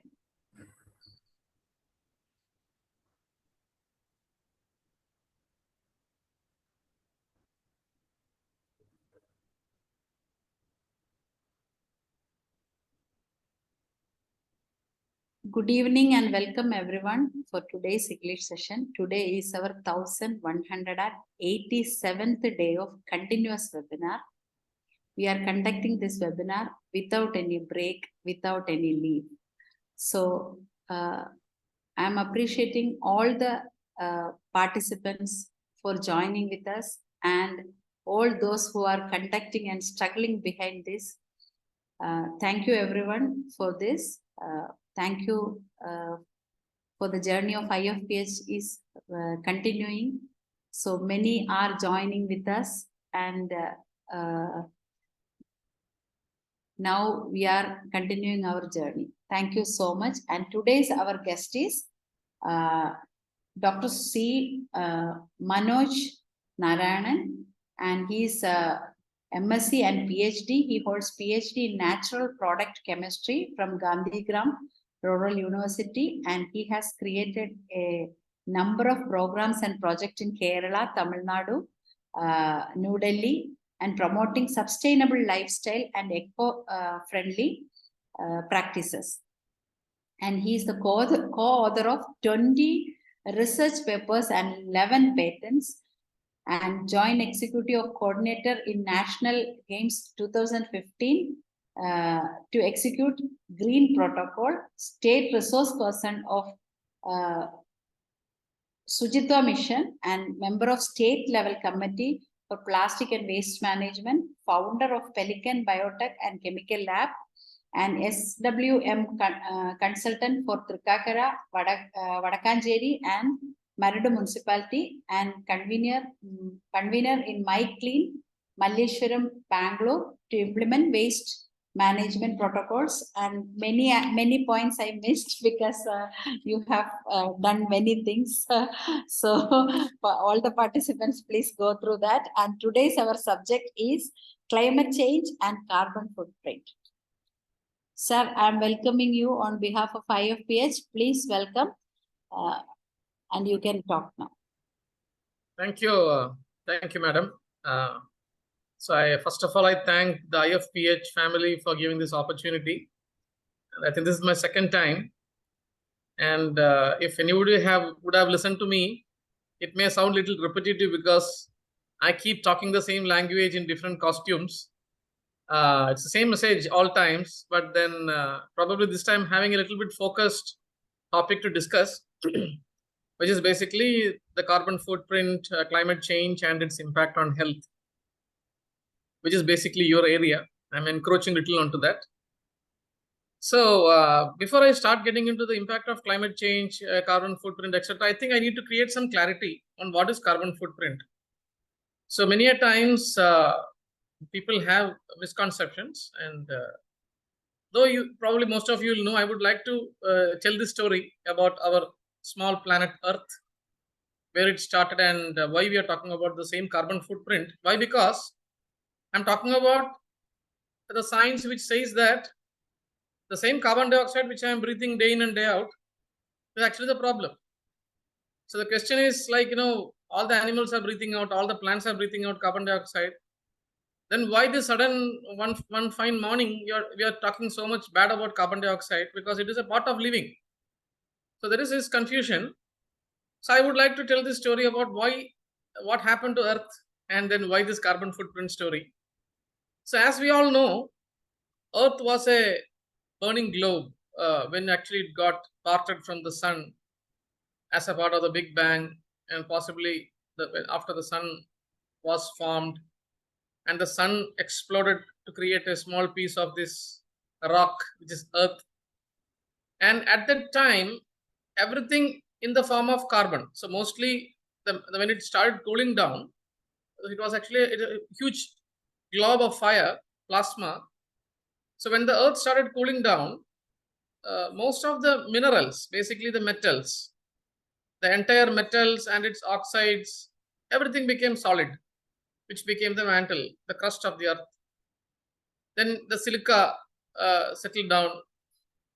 So most of these materials were basically oxides. The entire carbon, whatever the entire carbon, what you're seeing in the surface of the earth or as a whole of the earth, was in the air, was actually in the atmosphere, in the form of carbon dioxide. Tons and tons and tons of carbon in the atmosphere. It was like Earth's atmosphere would have been like after a huge nuclear holocaust. Sorry, I don't know what is happening. I'm sorry, just something happening to my Zoom. Yeah. So the Earth's atmosphere would have been like a aftermath of a huge nuclear holocaust where thousands of nuclear bombs would have blasted. The entire atmosphere was full of fumes of gases. So we cannot even see 1 millimeter. It was pitch dark at the time. So there was no possibility of a life at that time. Over billions of years, Earth cooled down, and the entire process, we got rain, and during rain, huge amount of carbon dioxide got dissolved in water, and the entire water bodies, including oceans, seas, etc., had huge quantities of carbon dioxide. And when it cooled down, so in the seas and the oceans, the first cells, I'm not discussing about creation, which we'll keep it aside for the politicians and religions, but then at least we'll start with the point that the first cell came, and then it started growing in the sea or oceans. It became algae. So from the virus to the bacteria to the algae. And at that time, there was very, very small possibility of seeing any life forms what we are seeing now. Next to impossible, because the entire atmosphere was filled with carbon dioxide and sulfur dioxide, nitrogen dioxide, all forms of gases. Then the algae, the phytoplanktons, started growing in the ocean, and over millions of years, it absorbed all these gases. It created huge trillions of tons of biomass and cleaned up this earth. So the entire evolution started after that. The entire evolution started because the carbon dioxide got depleted. So it is just not on the body mass. So carbon dioxide also got trapped inside lime, calcium oxide of animal shells. So it got trapped inside minerals as carbonates, limestone, chalk powder. So carbon, there is no mineral without a carbon atom. So this is how the entire planet Earth was cleaned up, and it took millions of years. And we see this, we ended up in an atmosphere which had a carbon dioxide of around 200 ppm, 200 parts per million. So this is where the first point to note. This anomaly, this climate was stable for next millions of years. So the entire evolution happened through this. The human beings got evolved. We came to the surface of the earth through this climate. It's an anomaly. Please note that there is no other planet in the entire universe which is having such a stable climate for millions of years. Most of the planets are pounded by meteors or so much of surface action. Literally, they cannot have a standard evolution. So basically, I don't know who designed this, but then the Earth's surface was very conducive for the evolution and ultimately the human beings coming into existence. So we had all this good news till last 200-300 years when we found energy from fossil fuel. We found construction with concrete. till we found mining minerals and use of metals. So now what has happened in the last 300 years is the entire carbonate or carbon which was actually pumped down into the subsurface of the earth. So I was talking about phytoplanktons, algae, which was thriving in the oceans. See, they died, they got buried, and they got treated, and the entire fossil fuel, including coal, petrochemicals, everything came into existence. All these carbonates got, as minerals, became our crust. And then in the last 300 years, we started mining this out. What has happened during mining?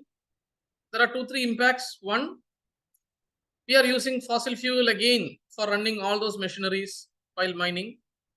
We are using now, actually, I am talking to you over this computer. The computer is made with metals.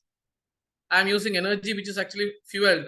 Almost 40% of your fuel in Kerala is coming from the national grid. The energy is coming from burning coal. So I am also a party of this crime. All of us are party of this crime.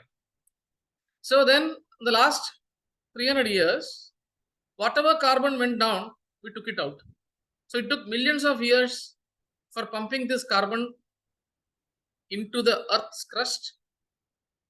It took millions of years for converting this carbon into carbonates and locking into the minerals.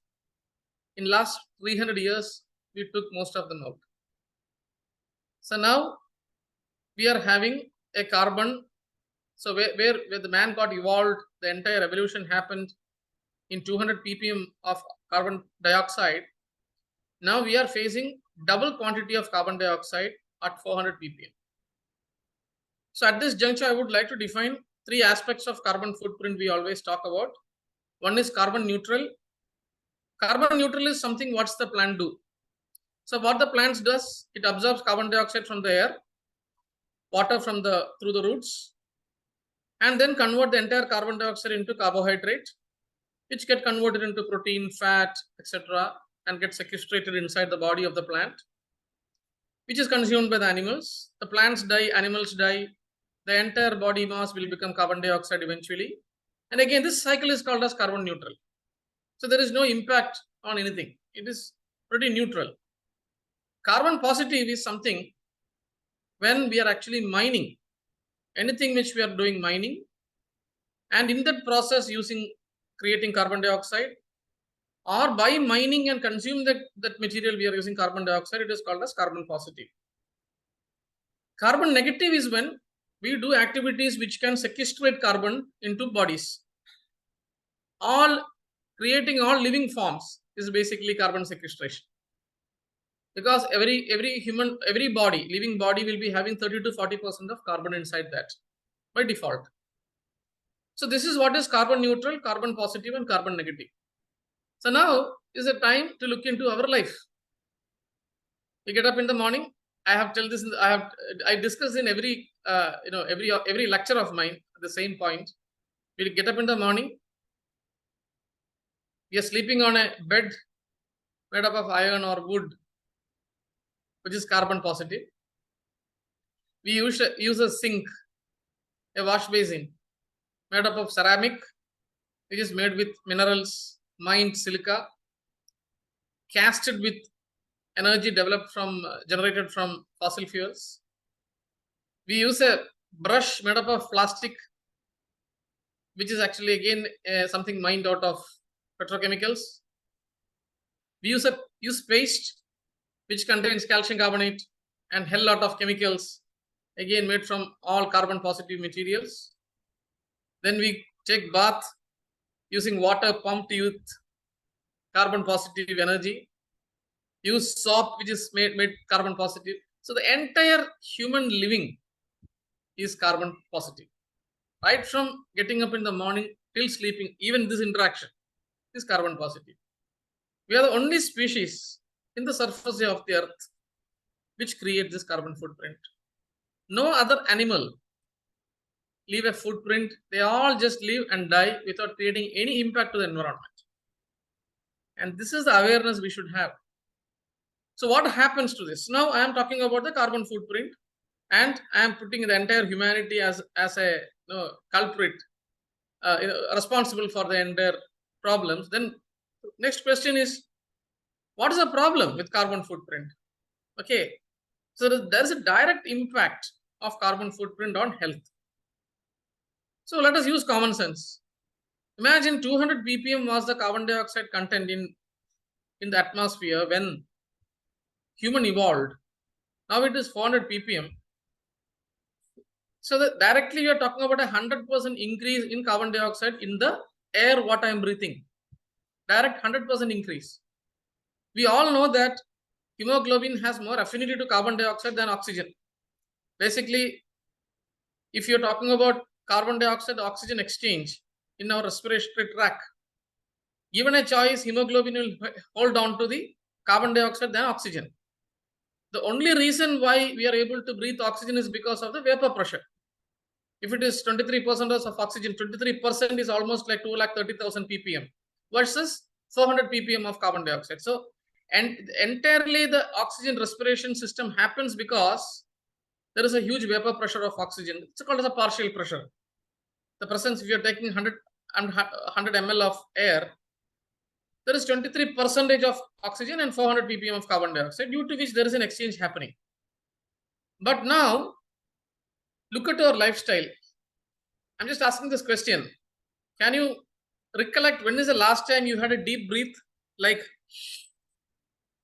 in the last 24 hours? Our lifestyle itself is actually, I'm talking to doctors, I know very well. Okay. So but this is a critical question which I keep asking myself every 1 hour with an alarm. So I have put an alarm in my laptop, in my mobile, which rings every 1 hour to remind me how many deep breaths you have taken. In this very, tough life where we are highly competitive, egoistic, when the entire, life rotates around the me, I don't remember to breathe. And most of our time, our brain is so occupied, we don't have time for a deep breath. Already we are into that lifestyle. Apart from that, we are talking about inhaling air, which is now double the quantity of carbon dioxide. That means my exchange rate of oxygen into my blood flow is considerably reduced. Because if you are talking about the carbon dioxide versus oxygen affinity to hemoglobin, carbon dioxide will be having almost 200 to 300 times more affinity to hemoglobin than oxygen. That means there is a huge chance of hypoxia due to two reasons. One, because of my lifestyle, which I don't breathe. Second, because of the increasing carbon dioxide. I believe that, and most of the health practitioners who are working in major research programs, they believe that hypoxia is the major reason for many of the diseases what we are seeing. And it is linked to, one, the lifestyle. Second, the carbon dioxide, increment in the carbon dioxide content in the air. We'll come back to that. Like, how can we rectify this problem? There is no meaning in finding problems and not giving solutions. So that is the first point to discuss, like how do we reduce hypoxia incidents in our day-to-day life? Second is, what happens when carbon dioxide cross over this 400 ppm mark? So now, as you would have heard about greenhouse effect. Greenhouse effect is something which probably we use the same effect when we are growing plants. So when the amount of carbon dioxide is more, or rather, let me start from this point. Nature is designed such a way that in the daytime, the sunlights fall in the surface of the earth, and the earth gets heated up, and during night, most of this heat gets radiated into the space. It's basically radiation as electromagnetic waves. But when the carbon dioxide content is getting more and more, majority of these radiations get reflected back, and the temperature of the earth keeps getting higher and higher. This is a greenhouse effect. This is very good in conditions like Europe, where they have an average temperature of 18-20 degrees centigrade, and they would like to have a carbon dioxide enriched place for growing plants, and that is where the greenhouse, the polyhouse developed. That is why it is called as a greenhouse effect, where they will close the entire planting area with a plastic sheet, allow the plants to generate carbon dioxide, and the carbon dioxide continues keeping going up, the temperature also keep going up. It's something like we get stuck in a closed room, we keep breathing like a car, and automatically the body temperature or the entire temperature goes up because the heat gets radiated back. The problem with this greenhouse effect or the carbon footprint is the entire earth is getting into greenhouse effect now.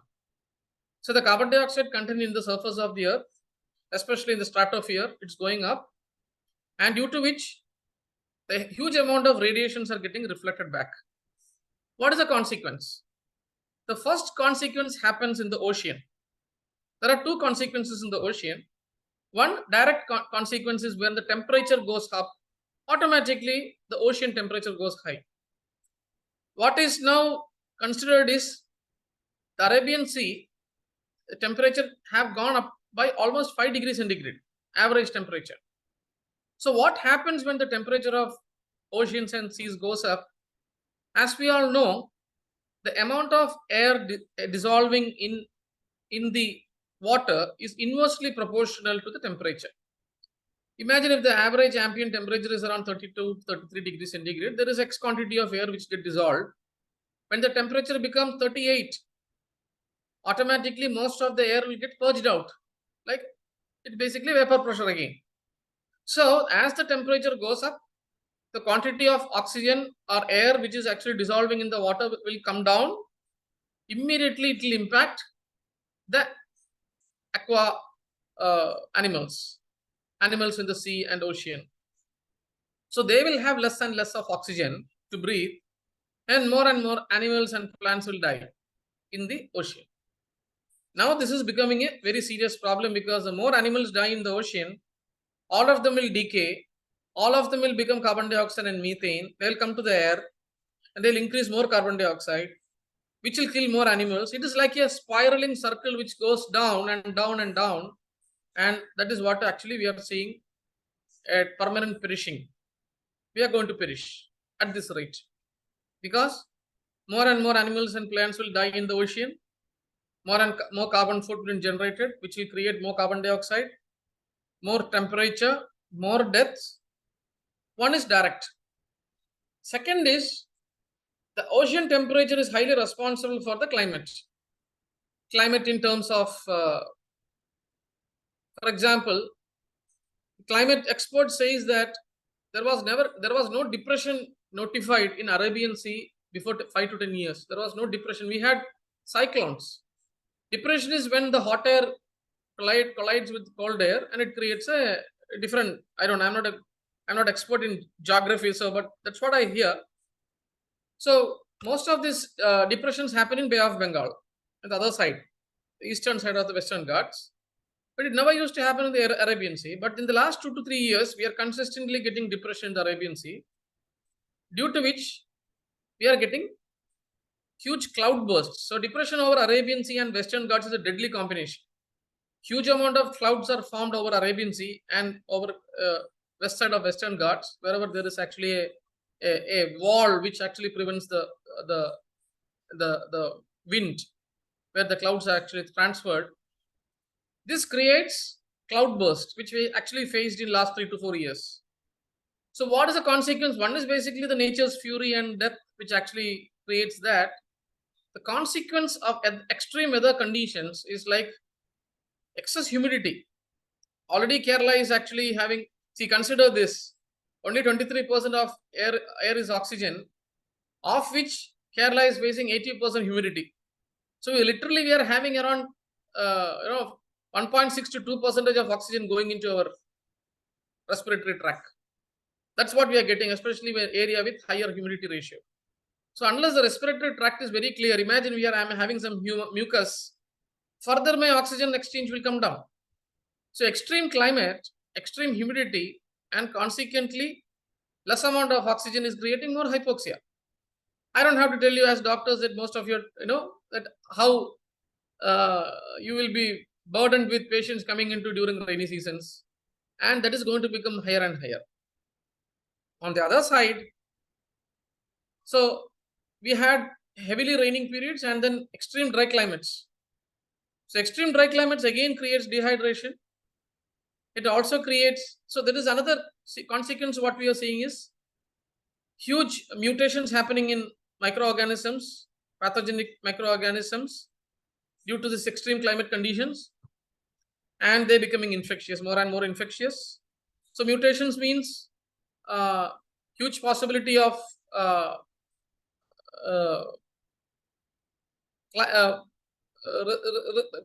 resistance, antibiotic resistance, which I should not discuss here. I'm also not a big fan of that. And huge possibilities of viruses which can evade the natural resistance of animals and plants. So this is another consequence. So now, direct impact on oceans and its animals. We discussed about the indirect impact on the climate, extreme climates, weather, consequence on animals and plants. I'm just telling animals and plants because there is a general feeling that the entire life is revolving around human beings. So I'm just, in all my discussions, I put equal standards for all other animals and plants which have equal right to live in this planet. So this is the second step. The third step is the impact of carbon footprint in the direct impact on the animals in the terrain, in the land. So as we saw, there is a direct impact of climate change which creates natural fury, floods, drought-prone areas, impact on agriculture. So there is a huge sequence of events which is happening because of this extreme climates. So these are the problems which associated with. So I have discussed about what is carbon footprint, how carbon footprint is impacting on the climate, on the health of animals and human beings. So these are the problem statements and generally the cynical approach towards the whole problem. Now the solution. So now when we talk about this climate change, carbon footprint, we all think that once somebody sitting there is creating this problem. Not me. Everybody else other than me is creating this problem. So this is where the time has come for looking into our lifestyle. So I started with this discussion. What's your carbon footprint? How you are contributing to the carbon footprint? Today I saw a WhatsApp video. The video is about somebody sitting on a pile of clothes in Australia. I don't know whether you have seen that message. He's asking this question. What is the time taken? So he's sitting on a pile of clothes which is around 6,000 kgs, 6 tons of clothes. He's asking, he's telling this. This 6 tons of clothes has been wasted in Australia. Can somebody tell the time frame in which it has been generated? So there is a huge crowd which actually gathered around. They started talking. Hello, Dr. Danish. Hi. Yeah.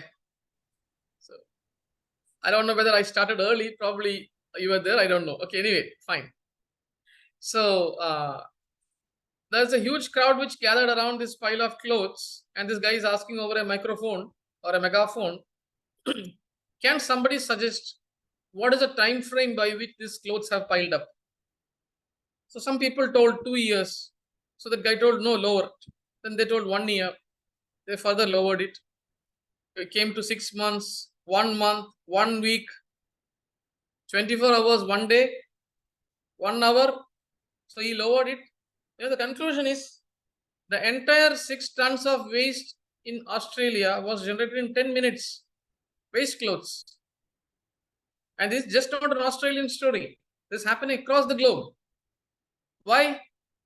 For every New Year, for every birthday, for every Onam, for every Ramzan, for every marriage, we have to buy a new clothes. So now, what do you do with these things? A huge pile of clothes sitting in our almara. Again, you want to go to a mall, to a fabric shop, and then buy again clothes. Now, why? Because the society is demanding this. So, in fact, we have become psychopaths, have been controlled by business people, and there is no exception. Everybody in this discussion room is a part of that. Doesn't matter whether it's a doctor or a patient, or actually a counselor, whoever it is. Everybody is part of this disaster, and the entire reason is because of the unprecedented consumerism, which is actually killing us. So the major culprit is clothes now. So I work in waste management, and I'm getting tons and tons of usable clothes. The t-shirt which I'm wearing now is second-hand. I got it from somebody. So I stopped buying clothes because I get a lot of good clothes, shoes, chappals, everything from this waste we are managing. The entire team, actually, we don't buy clothes at all.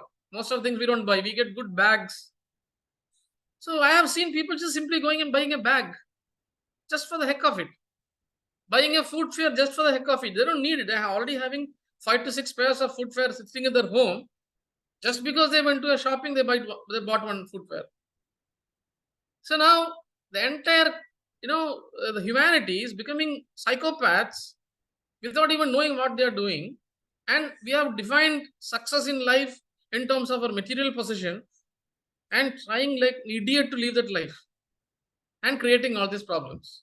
So the purpose of the discussion is to understand what's your footprint. How much of this contribution you are doing? Do we need to purchase all these items? So before we going somewhere to do shopping, just check internally. Do we really need to buy this? Is it okay to use a sari or a chudidar or probably a sherwani? I don't know, what is it? The male people use sherwani, right? So do I need to purchase for the next, is anything wrong in using this for the next marriage? Is it very compulsory to buy a new cloth for every marriage, for a function? Is it required?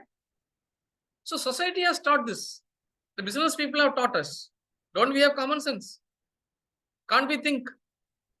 So we need to understand that every business is influencing you. They have put standards of life which you are blindly following without any reasoning. And this is where probably doctors have an important role to play. And for that, first, we have to change. We have to change and to ensure that, we are living a lifestyle which is not creating an impact. There is no meaning in creating an impactful life, creating carbon footprint, creating climate change, getting patients and giving them medicines. There is no meaning in doing that. That is actually creating our own business. Rather, we should create a business stream. We are all in business. I am also into business. We should create a business when we actually charge for maintaining health. This is what actually I am discussing in some policy matters with Government of India and even Government of Kerala. The entire health management system is actually very spoiled because we cannot have doctors opening up the shop thinking that I should get a patient.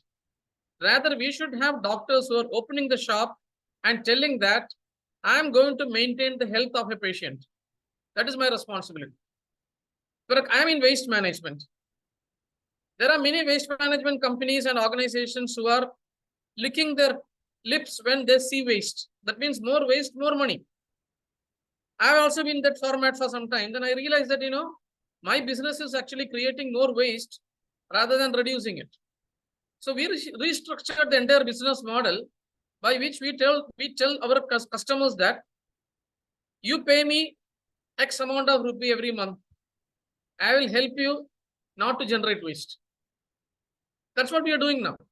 So what we have done, we have eliminated disposable cutleries from many apartment complexes. So most of you will be using paper cups, paper plates. Most of our clients who are apartment complexes, they don't use this. That means we don't burn. We help them to use menstrual cups, not sanitary pads, because I have to burn it. It is going to create carbon footprint and gases. I'm now encouraging them to start developing their own small groceries like molagapudi, like the tamarind, turmeric powder, chili powder. Please make yourself. Go to the shop, buy and powder and take it yourself rather buying it from plastic covers. So this is a lifestyle I'm generating, helping them, and I'm charging them for that. I don't allow them to generate waste. So the entire discussion is hovering around the fact that despite educated, despite having the information, we all believe that the entire solution will come from somebody else. Nobody is going to come and solve this problem because we are them. If you're going to think that government is going to ban plastic, they will not. Because we are the government. One of you sitting in this audience or including me may become an MLA or MP. We don't know what is actually meant the future kept for us. And what are we going to do? You are going to ban? In that case, we would have banned liquor and cigarette long time back. So nothing is going to get banned here. Don't let us not even have the discussion what government is doing, what society is doing. Nothing is going to happen because government will give what society demands. So the change has to happen from inside.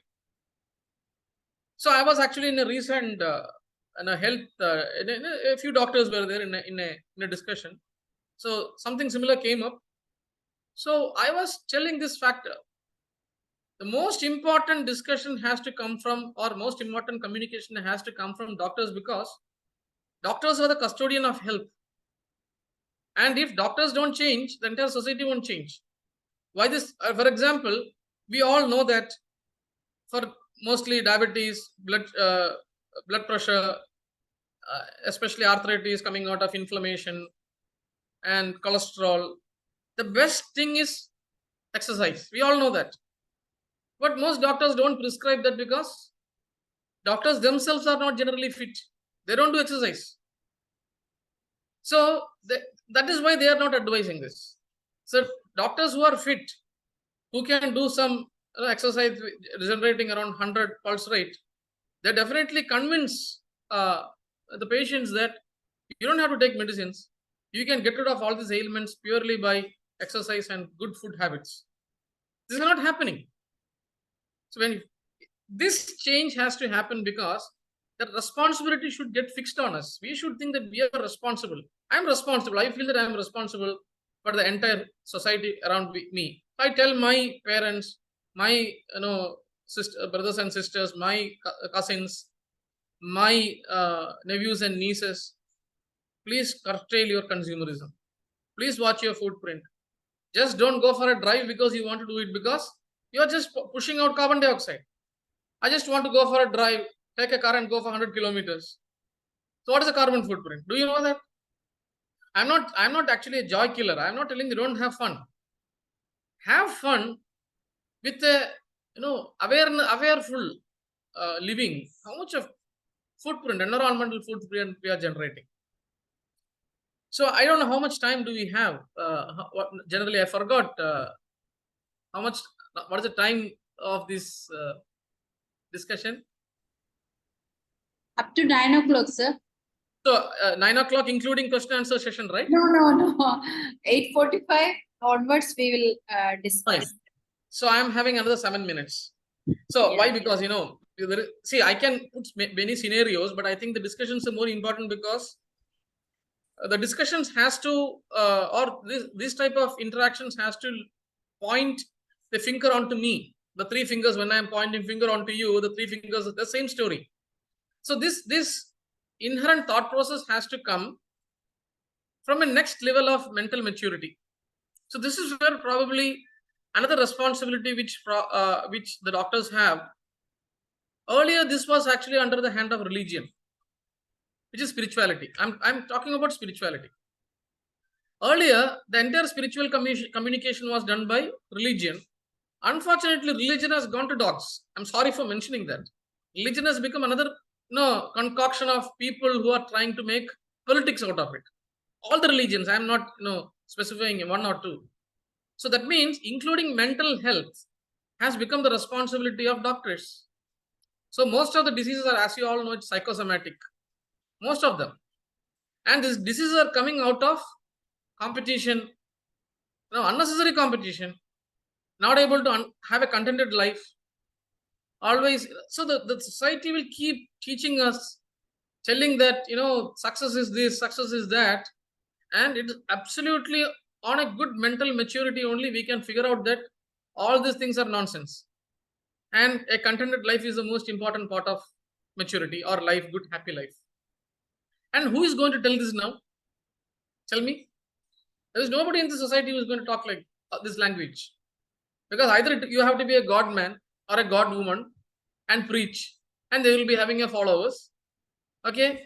Or you should be a sannyasi who is sitting in some caves, putting once in a while some discourse. That's not going to help. Common people like me and you have to very actively pursue the mental health and spiritual health of people. Hold them, tell that There is no meaning in this mad race in creating this material benefits. So I don't mean that I am living in a hut. I'm sure about it. Okay, I'm not driving a car. I'm doing that. I'm not telling that I'm not. But one thing is, I don't buy clothes anymore because I'm getting plenty of it. I'm not even buying footwear because I'm plenty of. I'm not talking about that. I'm just talking that we should have a awareful, right? Every step we should be awareful. It is not that you should not have fun. Have fun. Have an assessment of the footprint of the to the environment, to the society you are having. I'll always put this comparison. Can we kill somebody? Can we? Most of us cannot. Okay. But a few of us can actually hit somebody. Really, we can hit somebody and harm few people. And still more people can abuse. We can use tough language.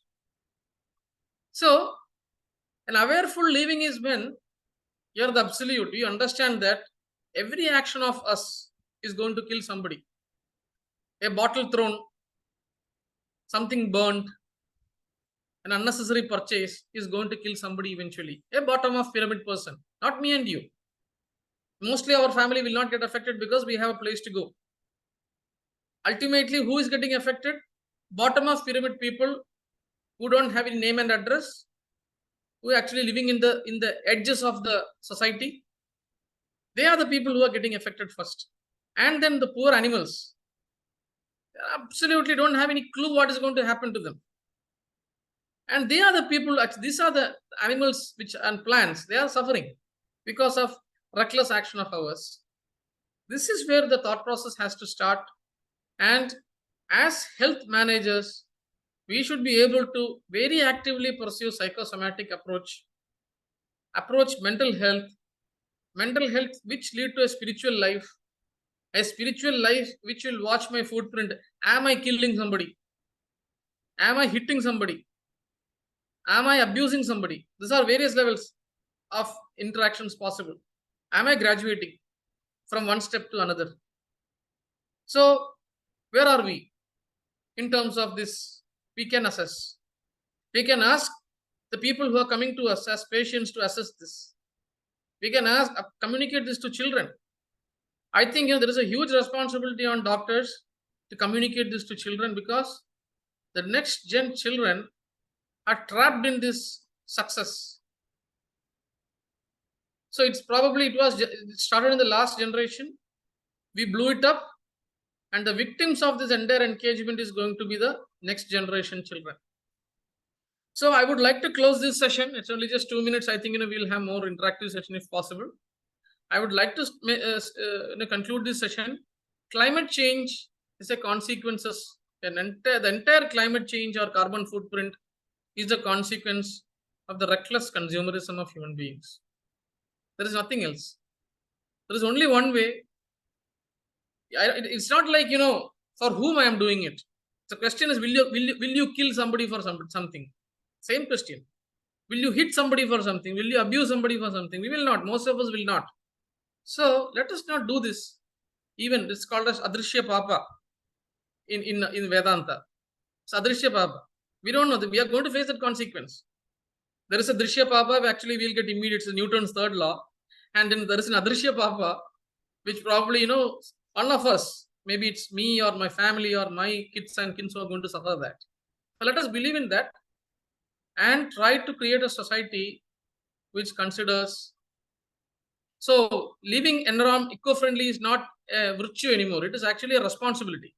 It is not a virtue. Oh, somebody is living eco-friendly. Great. No. If you are not living eco-friendly, we are a barbarian.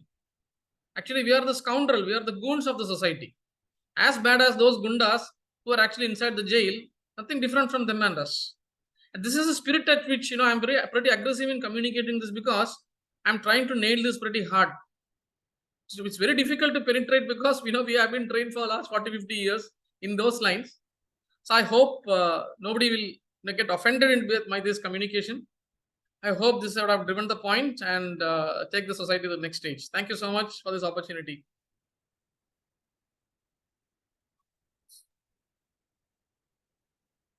Thank you, sir. And I'm inviting all the participants for discussion. I don't know how many of Dr. Manoj you start, and that's that's a great idea. Otherwise, no one will start. Yes, somebody should initiate. Otherwise, Yeah, of course. in a great disrespect to our honorable guest. So that's why I think the most important points you mentioned about this consumerism. So it's not, I think, not easy to draw a line between this consumerism and reckless consumerism. Then again, another thing is that how the drive against this consumerism is going to affect the economy. Then is often directly related to the poverty, then this infectious diseases. So many problems are there. We know about the spread of tuberculosis at that time, around 50, 60 years. Then the industrial revolution, the green revolution, a lot of activities are there. So it's not a silver bullet to have an idea on this control of this climate change and carbon footprint. I think more deliberations and intellectual discussions and practical discussions is needed in this way. When you mention about this doctors role as custodian of health and health managers, a good idea. And what you mentioned is most important thing. First, we must observe it. We must practice it. Then we must advise. That is the most difficult task a physician can do. What is your opinion, doctor? So let me start with the first statement which Anjali ji, Ajini, I'm sorry, yeah. So so let us say that somebody has to start, right? Yeah. That's the point. So who is going to start? Me and you. That's the point. So there are going to be a social leader always. And why is because this is, so why other people are not coming up and talking is because of this is actually the mental maturity problem. There is an inhibition like what others will think. Who is bothered? Who cares? So why that brave, that guts is not there? Because of that mental, I am feeling inferior to somebody. What, maybe I don't have the right language. Who cares? I may blabbering something. Who cares? So now if doctors don't have that mental maturity, who else can have? So this entire team is actually a huge, group of doctors. And many of us don't have any idea about this. That is also the problem. So because we have been always tuned to provide a material solution. Including allopathy doctors, including homeopathy doctors, including, actually basically I was a pharma scientist. So most of my, unfortunately or fortunately, most of my research was based on psychosomatic diseases and the impact of psychosomatic in general behavior patterns, including children. So what I have understood is the entire, this mismatch of health and the materialistic solutions, what we are providing, 90% case you don't have to. Because the problem is itself is a solution. Identify the problem, this competition, etc. It is actually, so coming to that point which Dr. Manoj was telling, one is who to start. If a community of doctors cannot, have at least 15 to 20, how many participants in this? Now 36. 36. So 60 to 70% of them should be pretty brave enough to come out and talk. Otherwise, there is no choice. That is the first point. So we have to come out. We have to come out and we should be, I don't care what people are going to think about me. I don't care now. I'll tell you recently something happened in my family. There was a function in my family. My father's 2 participants raised hand.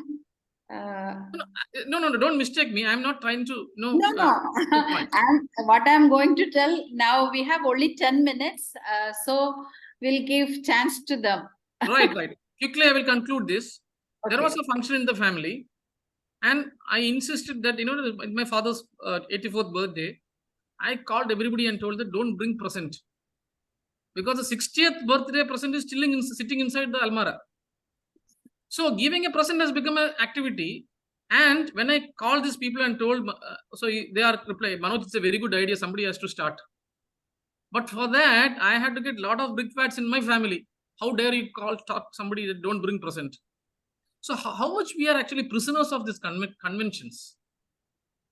This is what probably, who is going to break that? This is the point. So here Dr. Manoj mentioned about consumerism and economy. Let me tell you one thing. Economy I'm also a businessman. I am like a fish. I will slip through any problem. I will find new businesses. If you stop buying clothes from me, I'll know how to make money out of another business. So basically, the business is basically a factor of the social change. So imagine if you are getting into a consumer-less society, what is going to become more? We will have spiritual business. You can see the growth of spiritual business. Let them have. Fine. Let us have more godmen and godwomen. Let them have no harm to the environment. They will go and do some skarseva or sevas. Good for society, right? So what I'm trying to say is, don't think that business is going to stop. Business is what actually has driving this world from when we became a society where barbarians, right? Till now, business is driving this entire world. What as social leaders we should do is direct it correctly. That's all. That's what I believe now. Yeah, so we'll go to the next question if possible. Dr. Sridhar, okay, Dr. Danish. Yes, Danish. No, sir, you can start. I thought. Okay. I'm hearing you, Danish doctor. Some people are doing that, not everyone.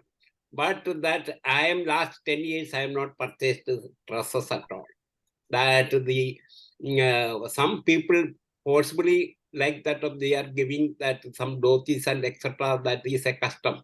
That only I am using, not the new dresses. I am having 10 years back dresses I am using. By seeing that these things you can understand. Brilliant. Anyway, you are getting the dresses, right? That is the reason that you are not buying. You are getting the dresses. I am getting, but that I don't want to. If somebody else is happy to them. dresses, I don't buy. Whether you like to, somebody is giving that. Whether if somebody is giving and purchasing, that is same. You have dresses. That is the reason that you are not. I am having. Really speaking, I am having. Then the second thing I like to ask.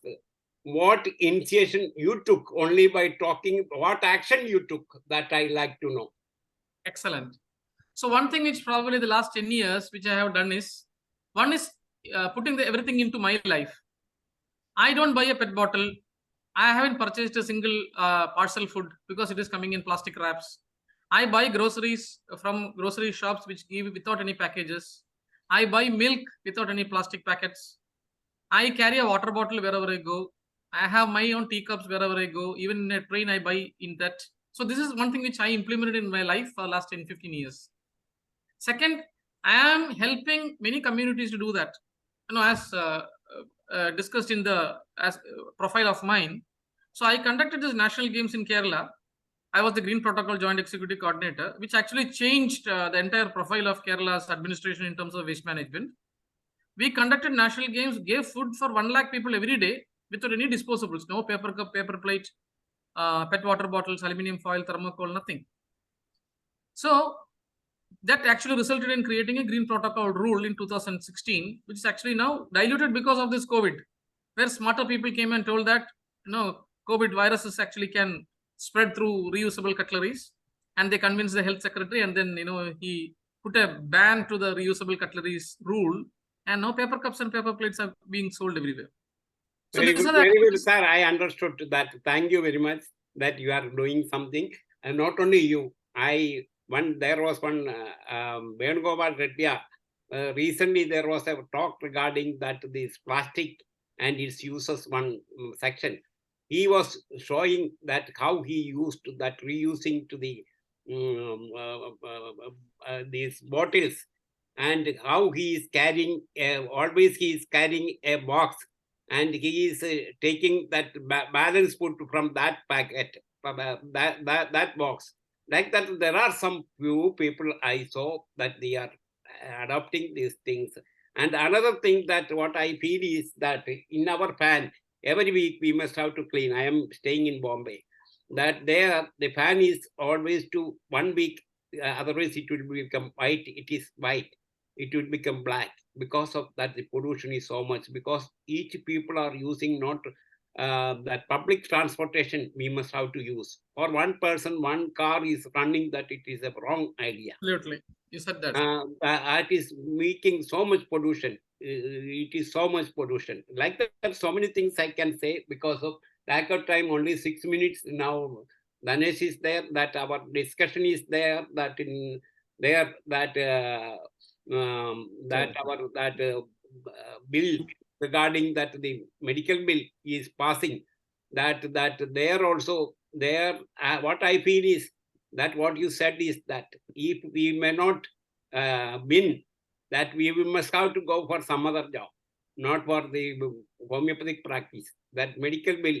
What about your opinion about that? Only 1 or 2 minutes. Only no need of Dr. Ganesh is waiting. You can 1 or 2 minutes. You can answer it if he can. Yes, I sir. think We can I will directly talk in the next occasion about that. Yeah. Yes, sir. What I want to say is that really a thrilling presentation was really one from you, sir.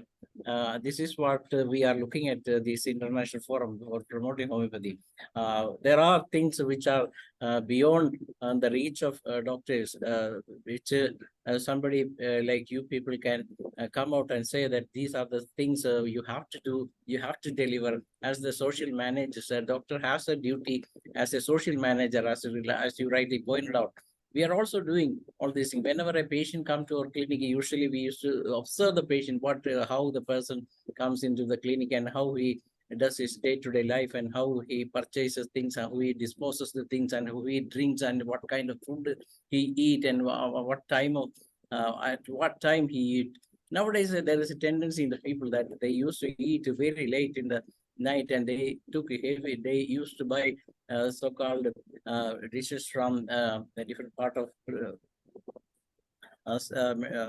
hotels, and they most of the food were packed in this kind of papers, as you rightly point out, and we have a lot of waste products out of that, and even the food that it consumes are also supposed to be the waste.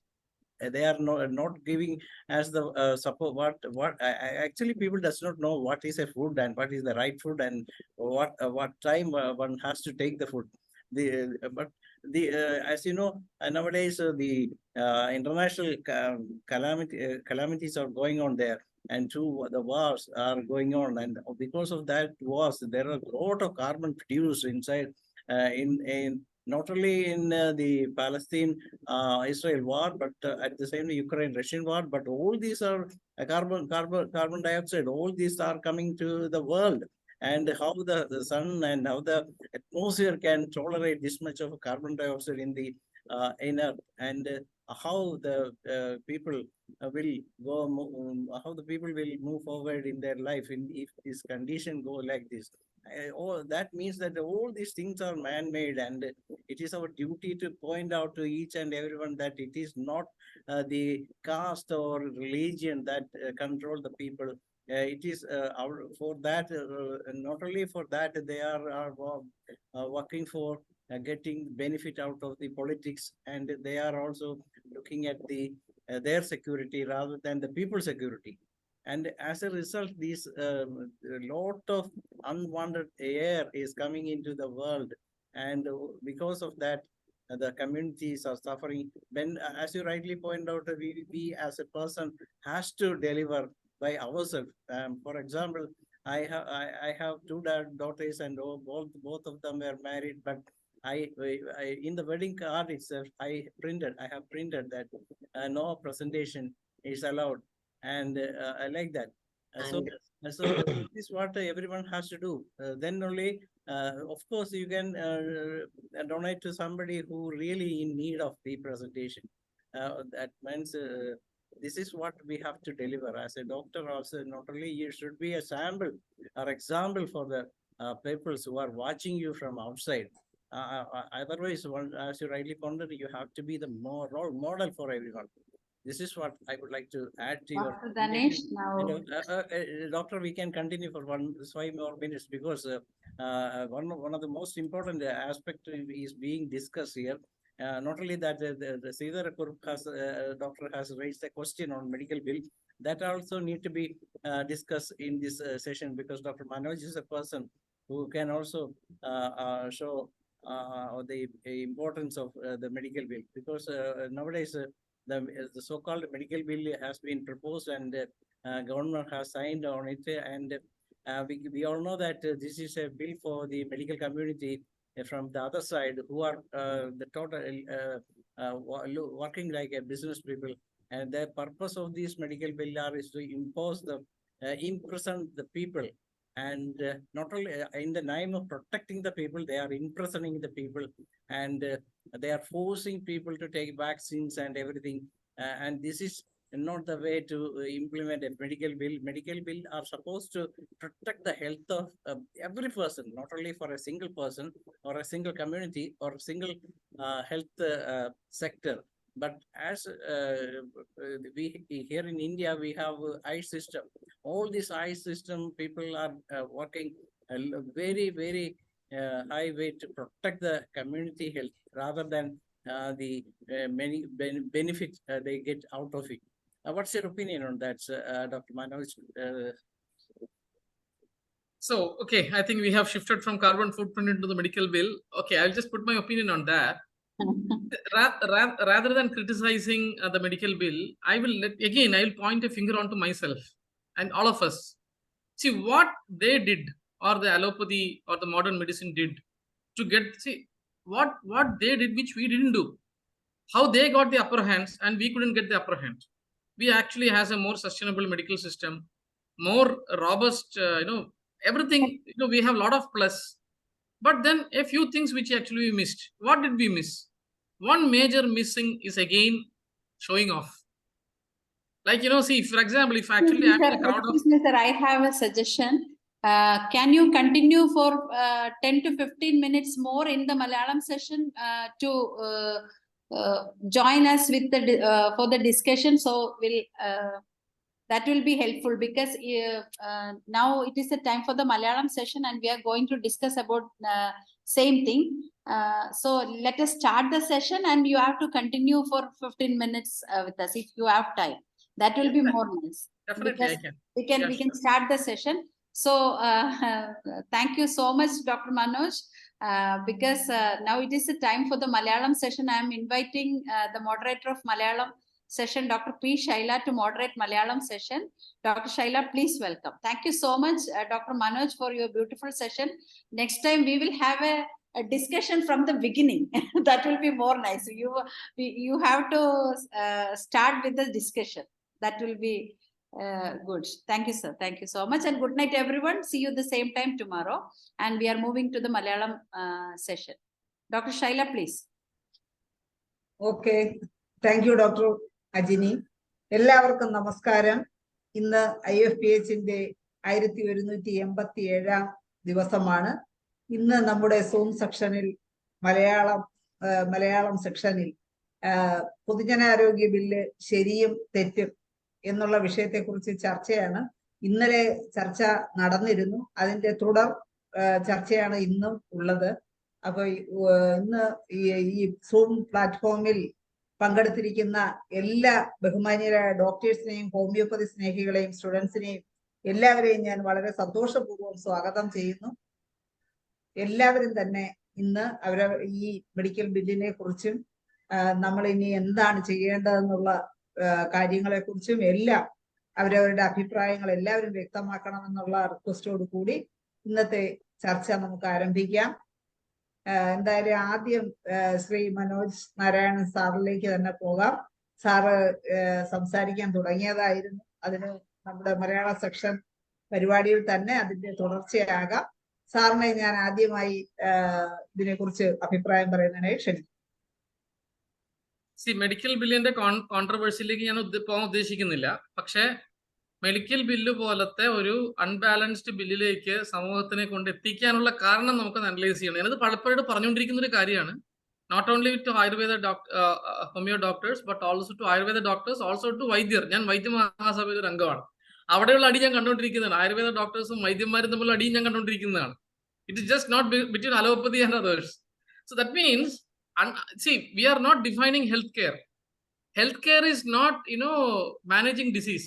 Healthcare is something which രോഗങ്ങൾ ഉണ്ടാവാതിരിക്കുന്ന ഒരു സിറ്റുവേഷനിലേക്ക് ഒരു രോഗിയെ എത്തിക്കുക എന്നുള്ള ഒരു മനുഷ്യനെ എത്തിക്കുക എന്നുള്ളതാണ് ഹെൽത്ത് കെയർ. അത് അവിടെ നിൽക്കട്ടെ. എന്താണ് ഇപ്പോഴത്തെ ഈ ഒരു അടിസ്ഥാനപരമായിട്ടുള്ള ഈ ബില്ലിന്റെ ഒരു കോൺട്രവേഴ്സിയിലേക്ക് എത്താനുള്ള ഒരു കാരണം എന്ന് പറഞ്ഞു കഴിഞ്ഞാൽ, നമ്മുടെ സയൻസ് എന്ന് പറയുന്നത് എക്സ്ട്രീംലി എവിഡൻസ് ബേസ്ഡ് ആണ്. ഇപ്പൊ ഞാൻ ഫാർമയിൽ വർക്ക് ചെയ്തുകൊണ്ടിരിക്കുമ്പോൾ എന്റെ അടിസ്ഥാന പുസ്തകം എന്ന് പറഞ്ഞാൽ ആയുർവേദ ബുക്സ് ആണ്. ബിക്കോസ് ഞാൻ ആയുർവേദ ബുക്സിനകത്ത് നിന്ന് ഫൈറ്റോ കെമിക്കൽസിനെ ഐസൊലേറ്റ് ചെയ്തിട്ടാണ് ഞാൻ അതിന്റെ ഡെറിവേറ്റീവ്സ് ആണ് ഞാൻ കോമ്പിനറ്റോറിയൽ കെമിസ്ട്രി വഴി ഞാൻ ഡ്രഗ് ഡിസ്കവറിയിലേക്ക് എത്തിക്കുന്നത്. എവിടെ നിന്നാണ് തുടങ്ങണേ? ചെടികളിൽ നിന്നാണ് തുടങ്ങണേ. അതായത് ഒറ്റമൂലികളിൽ നിന്ന് തുടങ്ങി അതിന്റെ ഫൈറ്റോ കെമിക്കൽസ് ഐസൊലേറ്റ് ചെയ്ത് അതിന്റെ കോമ്പിനറ്റോറിയൽ കെമിസ്ട്രി ടു ഡ്രഗ്സ്. അപ്പൊ ടെക്സ്റ്റ് ബുക്ക് അവിടെ ആയുർവേദം ഞങ്ങൾ എല്ലാ ടെക്സ്റ്റ് ബുക്ക് നമ്മുടെ ഫാർമക്കോപ്പിയ, ഹെർബൽ ഫാർമക്കോപ്പിയ ഒക്കെ നമ്മൾ റെഫർ ചെയ്തു. ഇത് കഴിയുമ്പോഴത്തേക്കും then we start publishing our documents, we start refer modern medicine based ആയിട്ടുള്ള എവിഡൻസ് ബേസ്ഡ് ആയിട്ടുള്ള സയൻസിനെ നമ്മൾ പറയുന്നു. അവിടെ എങ്ങും ഈ പറഞ്ഞ, ഇപ്പൊ ഫോർ എക്സാമ്പിൾ ഹോമിയോപ്പതിക് മെഡിസിൻസിന്റെ എവിഡൻസ് ബേസ്ഡ് റിസർച്ച് ഉണ്ടോ എന്ന് ചോദിച്ചു കഴിഞ്ഞാൽ 90% of the allopathic doctors don't have a clue. I was actually in a WhatsApp group of allopathic doctors. അവർ എന്നെ പലപ്പോഴും കൊണ്ട് ഇട്ടായിരിക്കും അടിയുണ്ട്, എന്താ പറയുക, അവിടെ റെഫർ ചെയ്യാൻ വേണ്ടിയിട്ടായിരിക്കും. 2 ടൈപ്പ് ഡോക്ടേഴ്സും ഉണ്ട്.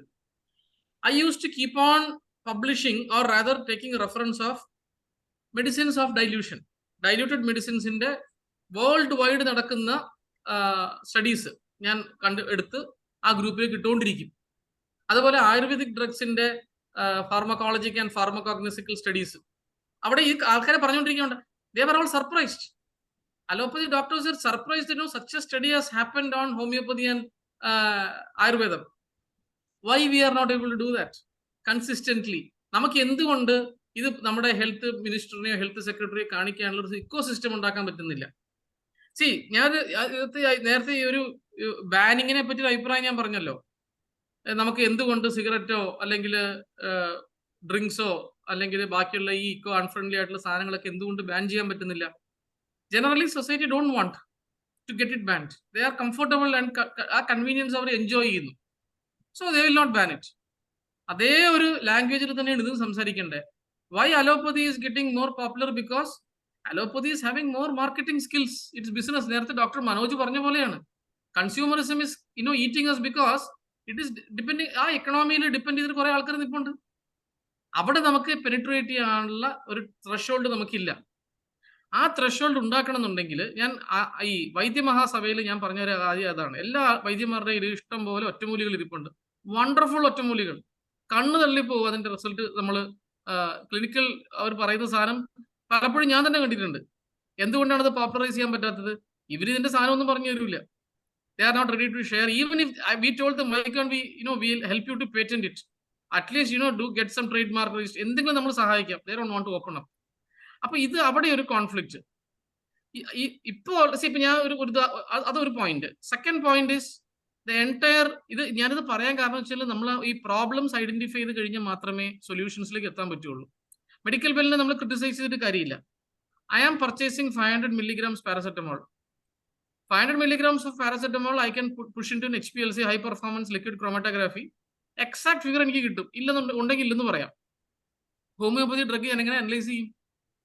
There is no method. കാരണം ഹോമിയോപ്പതി ഡ്രഗിന്റെ കുഴപ്പമല്ലത്. അതിനെ അനലൈസ് ചെയ്യാൻ പറ്റുന്ന അനാലിറ്റിക്കൽ സിസ്റ്റം ഇവിടെ ഡെവലപ്പ് ചെയ്തിട്ടില്ല. അത്രയും മൈക്രോ, ഫോർ എക്സാമ്പിൾ ഞാൻ അതിനൊരു ഒരു ഫോർമുല ഞാൻ പറഞ്ഞു. അതായത് നമ്മൾ കൊണ്ട് സ്കൂളിൽ പഠിച്ചിട്ടുണ്ടല്ലോ. ഇപ്പം ഇതിനകത്ത് ഹോമിയോപ്പതിക് ഡ്രഗ്സിനകത്ത് മെഡിസിൻ ഇല്ലെന്നുള്ളതാണല്ലോ ഇതിന്റെ ഒരു മേജർ കംപ്ലൈന്റ് വരുന്നത്. കാരണം അനാലിസിസ് ചെയ്യുമ്പോൾ കിട്ടുന്നില്ല. അതിന് വളരെ സിമ്പിൾ ആയിട്ടുള്ള ഒരു കമ്മ്യൂണിക്കേഷൻ ഉണ്ട്. Avogadro's number 1 gram molecule contains 6.02 into 10⁻23 molecules. പഠിച്ചിട്ടില്ലേ സ്കൂളിൽ? ഇല്ലേ? You just factor in to dilution. നിങ്ങൾ ഒരു ഗ്രാം മോളിക്യൂൾ ഒരു കോമ്പൗണ്ട് എടുക്കുക. നിങ്ങളുടെ മില്യൺ ഡൈല്യൂഷനകത്ത് തന്നെ മില്യൺസ് ഓഫ് കോമ്പൗണ്ട്സ് ഉണ്ടാവും. നിങ്ങളുടെ മില്യൺ ഡൈല്യൂഷനകത്ത്. ഇത് പലപ്പോഴും ഞാൻ കമ്മ്യൂണിക്കേറ്റ് ചെയ്യാൻ ശ്രമിക്കുന്നു. പക്ഷേ this is not getting scientifically communicate. അപ്പൊ ഇത് ഞാൻ എന്താ പറയാൻ ശ്രമിക്കണേ? ഇവിടെ ഹോമിയോപ്പതി ഡ്രഗ്സിന് എന്തുകൊണ്ട് ഇവിടെ ഒരു despite having clinical proof, it is not getting scientific approval because analysable quantities of medicine. For example, നമ്മളിപ്പം ലെഡ് അനലൈസ് ചെയ്തു. ലെഡ് അനലൈസ് ചെയ്യണമെങ്കിൽ എനിക്ക് മിനിമം ഒരു 0.5 ppm വേണം. അതിൽ കുറഞ്ഞില്ല എനിക്ക് അനലൈസ് ചെയ്യാൻ പറ്റില്ല. ഡസൻ മീൻ ദാറ്റ് ലെഡ് ഇല്ലെന്ന് പറയാൻ പറ്റില്ല, എനിക്ക് ഒരു കെമിക്കൽ കോമ്പൗണ്ട് ഇല്ലെന്ന് പറയാൻ പറ്റില്ല. അതെന്റെ അനാലിറ്റിക്കൽ ഇൻസ്ട്രുമെന്റിന്റെ കുഴപ്പമാണ്. യു ഡെവലപ്ഡ് അനാലിറ്റിക്കൽ, അതിനിപ്പോൾ ആയി വരുന്നുണ്ട്. വളരെ ഇലക്ട്രോണിനെ പോലെ മെഷർ ചെയ്യാൻ പറ്റുന്ന, കാണാൻ പറ്റുന്ന ലേസർ വരുന്നുണ്ട്. Definitely it will happen very shortly. Your medicines will get analysed. അപ്പോൾ വരാൻ പറ്റുന്ന പ്രശ്നം എന്താ അറിയോ? നിങ്ങളൊരു ടിങ്ചർ എടുക്കുന്നു, ഏതെങ്കിലും ഒരു ഹെർബൽ ടിങ്ചർ എടുത്തിട്ടാണല്ലോ ഡൈല്യൂട്ട് ചെയ്യണേ. ഒരു ഡ്രഗിനകത്ത് തന്നെ 1000 ടൈപ്പ് കോമ്പൗണ്ട്സ് കാണും. ഒരു കോമ്പൗണ്ട് അല്ല, ഒരു പാരസെറ്റമോൾ ഡ്രഗിനകത്ത് ഒരു പാരസെറ്റമോളേ ഉള്ളൂ, ഒറ്റ കോമ്പൗണ്ടേ ഉള്ളൂ. പക്ഷെ ഒരു ടിങ്ചർ എടുത്ത് നിങ്ങൾ ഡൈല്യൂട്ട് ചെയ്ത് കഴിഞ്ഞാൽ ആ ഡൈല്യൂട്ടഡ് 1 million ടൈംസ് ഡൈല്യൂട്ട് ചെയ്ത് കഴിഞ്ഞാൽ അതിനകത്ത് ഒരു 10-500 ടൈപ്സ് കോമ്പൗണ്ട്സ് കാണും. ഈ ഓരോ കോമ്പൗണ്ടിനെ സ്റ്റാൻഡർഡൈസ് ചെയ്യാൻ പറ്റില്ല. The entire communication of analysis in medicine is the problem. Same thing ഇത് ആയുർവേദത്തിന് അപ്പുറമാണ്. ഒറ്റ ചെടിക്കകത്ത് 10,000 ടൈപ്സ് ഫൈറ്റോ കെമിക്കൽസ്. ഒരൊറ്റ ചെടി, ഒരൊറ്റ മൂലി, അതിനകത്താണ് നമ്മൾ ദശമൂലം എന്ന് പറഞ്ഞു കഴിഞ്ഞാൽ 10 ചെടിയായി കഴിഞ്ഞു. അതിനകത്ത് ഒരിക്കലും അനലൈസ് ചെയ്യാൻ പറ്റില്ല. കൺവെൻഷണൽ മെത്തേഡ് വെച്ച് അനലൈസ് ചെയ്യാൻ പറ്റില്ല. എന്താണ് ചെയ്യേണ്ടത്? How to create an analytical method for analyzing homeopathy and Ayurveda. That's all. The entire problem will get solved. അതിനകത്ത് ആരും എഫേർട്ട് എടുക്കണില്ല. അപ്പൊ ഞാൻ അതിന് പ്രപ്പോസ് ചെയ്തൊരു സിസ്റ്റം ഉണ്ട്. Why can we have a evidence based, അതായത് തെറാപ്പി, നമുക്കൊരു ഇൻ സിറ്റു, ഇപ്പൊ ഫോർ എക്സാമ്പിൾ ഒരു ഹോമിയോപ്പതി ഒരു ആന്റി ഇൻഫ്ലമേറ്ററി ആണെന്നുണ്ടെങ്കിൽ, അല്ലെങ്കിൽ ഒരു ആന്റി പൈറജൻ ആണെങ്കിൽ, ഒരു ഇൻവിട്രോ ടെസ്റ്റിംഗ് കിറ്റ് ജനറേറ്റ് ചെയ്യണം. അപ്പോൾ ആ മെഡിസിൻ കൊടുക്കുമ്പോഴത്തേക്കും ഓട്ടോമാറ്റിക്കലി അവിടെ അത് it can be a animal study or it can be a, അത് ഒരു അനാലിറ്റിക്കൽ പ്രൊസീജിയർ ആയിട്ട് പറഞ്ഞു. Every batch has to be done like that, which is a very very complicated stuff. ഇത് ചെയ്താൽ മാത്രമേ, നമ്മൾ എത്ര ഇങ്ങനെ തലമുക്കിയിട്ട് കാര്യമില്ല, unless we create a modern scientific method of analysis, നമ്മൾ ഇത് അടിച്ചുകൊണ്ടിരിക്കും. കാരണം നമുക്കിത് പുറത്തേക്ക് ഇറക്കാൻ പറ്റില്ല. സോ ഒന്ന്, modern system of analysis.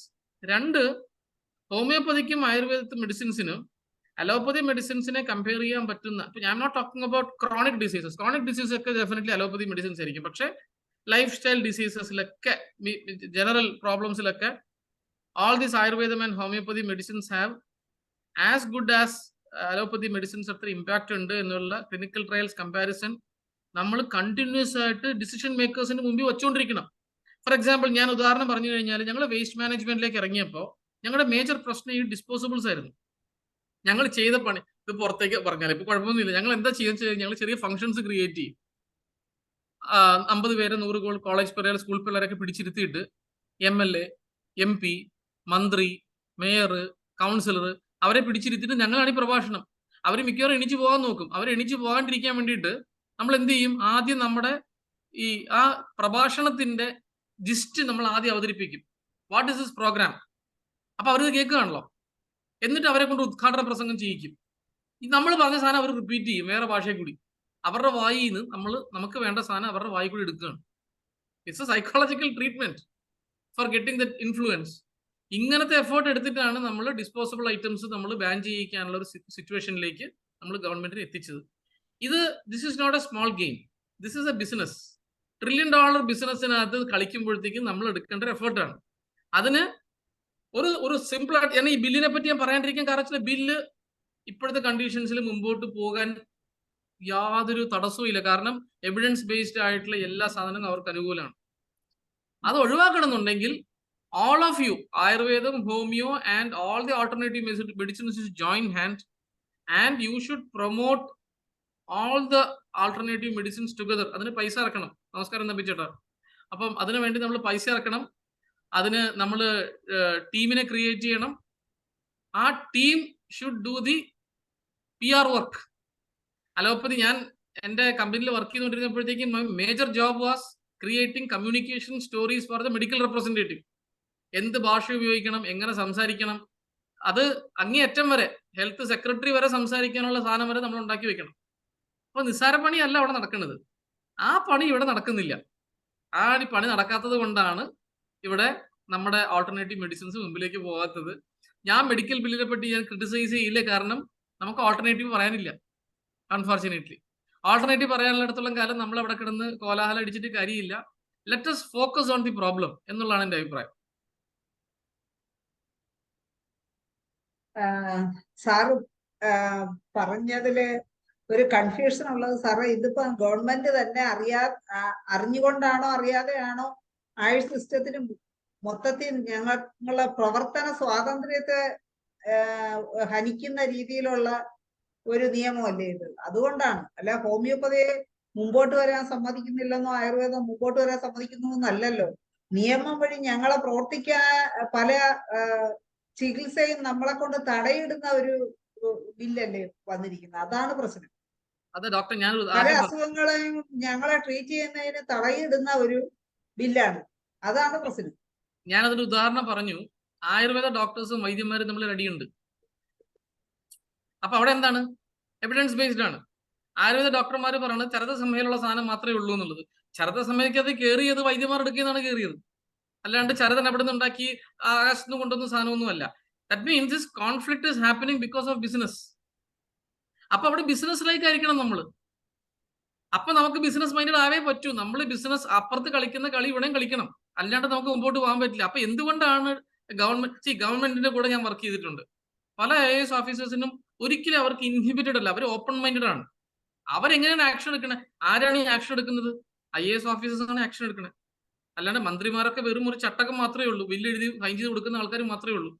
IAS ഓഫീസേഴ്സിനെ influence ചെയ്യുന്നത് നമ്മൾ ഇൻഫ്ലുവൻസ് ചെയ്യണം, അവരെ പിടിച്ചിരുത്തണം, അതിനെ പറ്റി സെമിനാർസ് ക്രിയേറ്റ് ചെയ്യണം, ഇതിന് ഡോക്യുമെന്റ്സ് നമ്മൾ പ്രസന്റ് ചെയ്യണം. ഹോമിയോപ്പതി എത്ര എനിക്കറിയില്ല, ഞാൻ ഇതിലോട്ട് ഞാൻ ഒരെണ്ണം കണ്ടിട്ടില്ല കേട്ടോ. എന്റെ ചേർത്തലൊന്നും ഞാൻ കണ്ടിട്ടില്ല ഇങ്ങനത്തെ കാര്യങ്ങൾ നടക്കുന്നത്. സോറി, നടന്നിട്ടുണ്ടെങ്കിൽ ഐ അപ്രീഷിയേറ്റ്. പക്ഷെ നടക്കേണ്ടത് ഇങ്ങനെയാണ്. നമ്മൾ the decision makers, especially young ആയിട്ടുള്ള IAS ഓഫീസേഴ്സ് ആയിരിക്കും അടുത്ത 5 വർഷം കൊണ്ട് സെക്രട്ടറിയോ 10 വർഷം കൊണ്ട് ആവാൻ പോണത്. അസിസ്റ്റന്റ് കളക്ടർ, ഡെപ്യൂട്ടി കളക്ടർ ലെവലിലുള്ള ആൾക്കാരെയൊക്കെ പിടിച്ച്, അവർക്ക് വലിയ പണിയൊന്നുമില്ല, അവരെയൊക്കെ പിടിച്ച് ഇതിനകത്ത് കയറ്റിയിരുത്തി we should brain wash them. We have to market our product. Doctor, ഞാൻ പറഞ്ഞ മനസ്സിലാവുന്നുണ്ടോ? നമ്മൾ അത് വിട്ടുപോയി. ഓക്കെ, ഷാജി കുരിയാട്ട് ഡോക്ടർക്ക് മനോജ് ഡോക്ടർ പറയുന്നതിനോട് ഫോൺ കണക്ഷൻ ഇല്ലല്ലോ ഡോക്ടറെ, നെറ്റ് കണക്ഷൻ കുറവാണെന്ന്. ഷാജി കുരിയാട്ട് ഡോക്ടർക്കുള്ള നെറ്റ് കണക്ഷൻ ഇല്ല, ഓഡിയോ കണക്ട് ആയിട്ടില്ല. അപ്പൊ സംസാരിക്കാനും കേൾക്കാം. ഡോക്ടർ ഷാജി പറഞ്ഞോളൂ.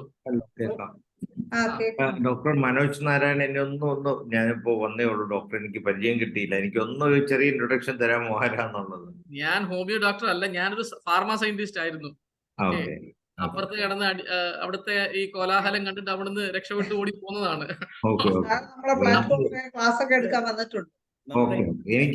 എനിക്ക് ഡോക്ടർ മനോജ് പറഞ്ഞതിനോട് ഒരു എൻ്റയർലി ഡിഫറെന്റ് ഒപ്പീനിയൻ ആവുള്ളത്. അത് ഡോക്ടറും കേൾക്കണം. കാരണം ഡോക്ടർ പറഞ്ഞത് പാർഷ്യലി ശരിയാണ്, പക്ഷെ കാതലായ പ്രോബ്ലം അതല്ല ഡോക്ടറെ.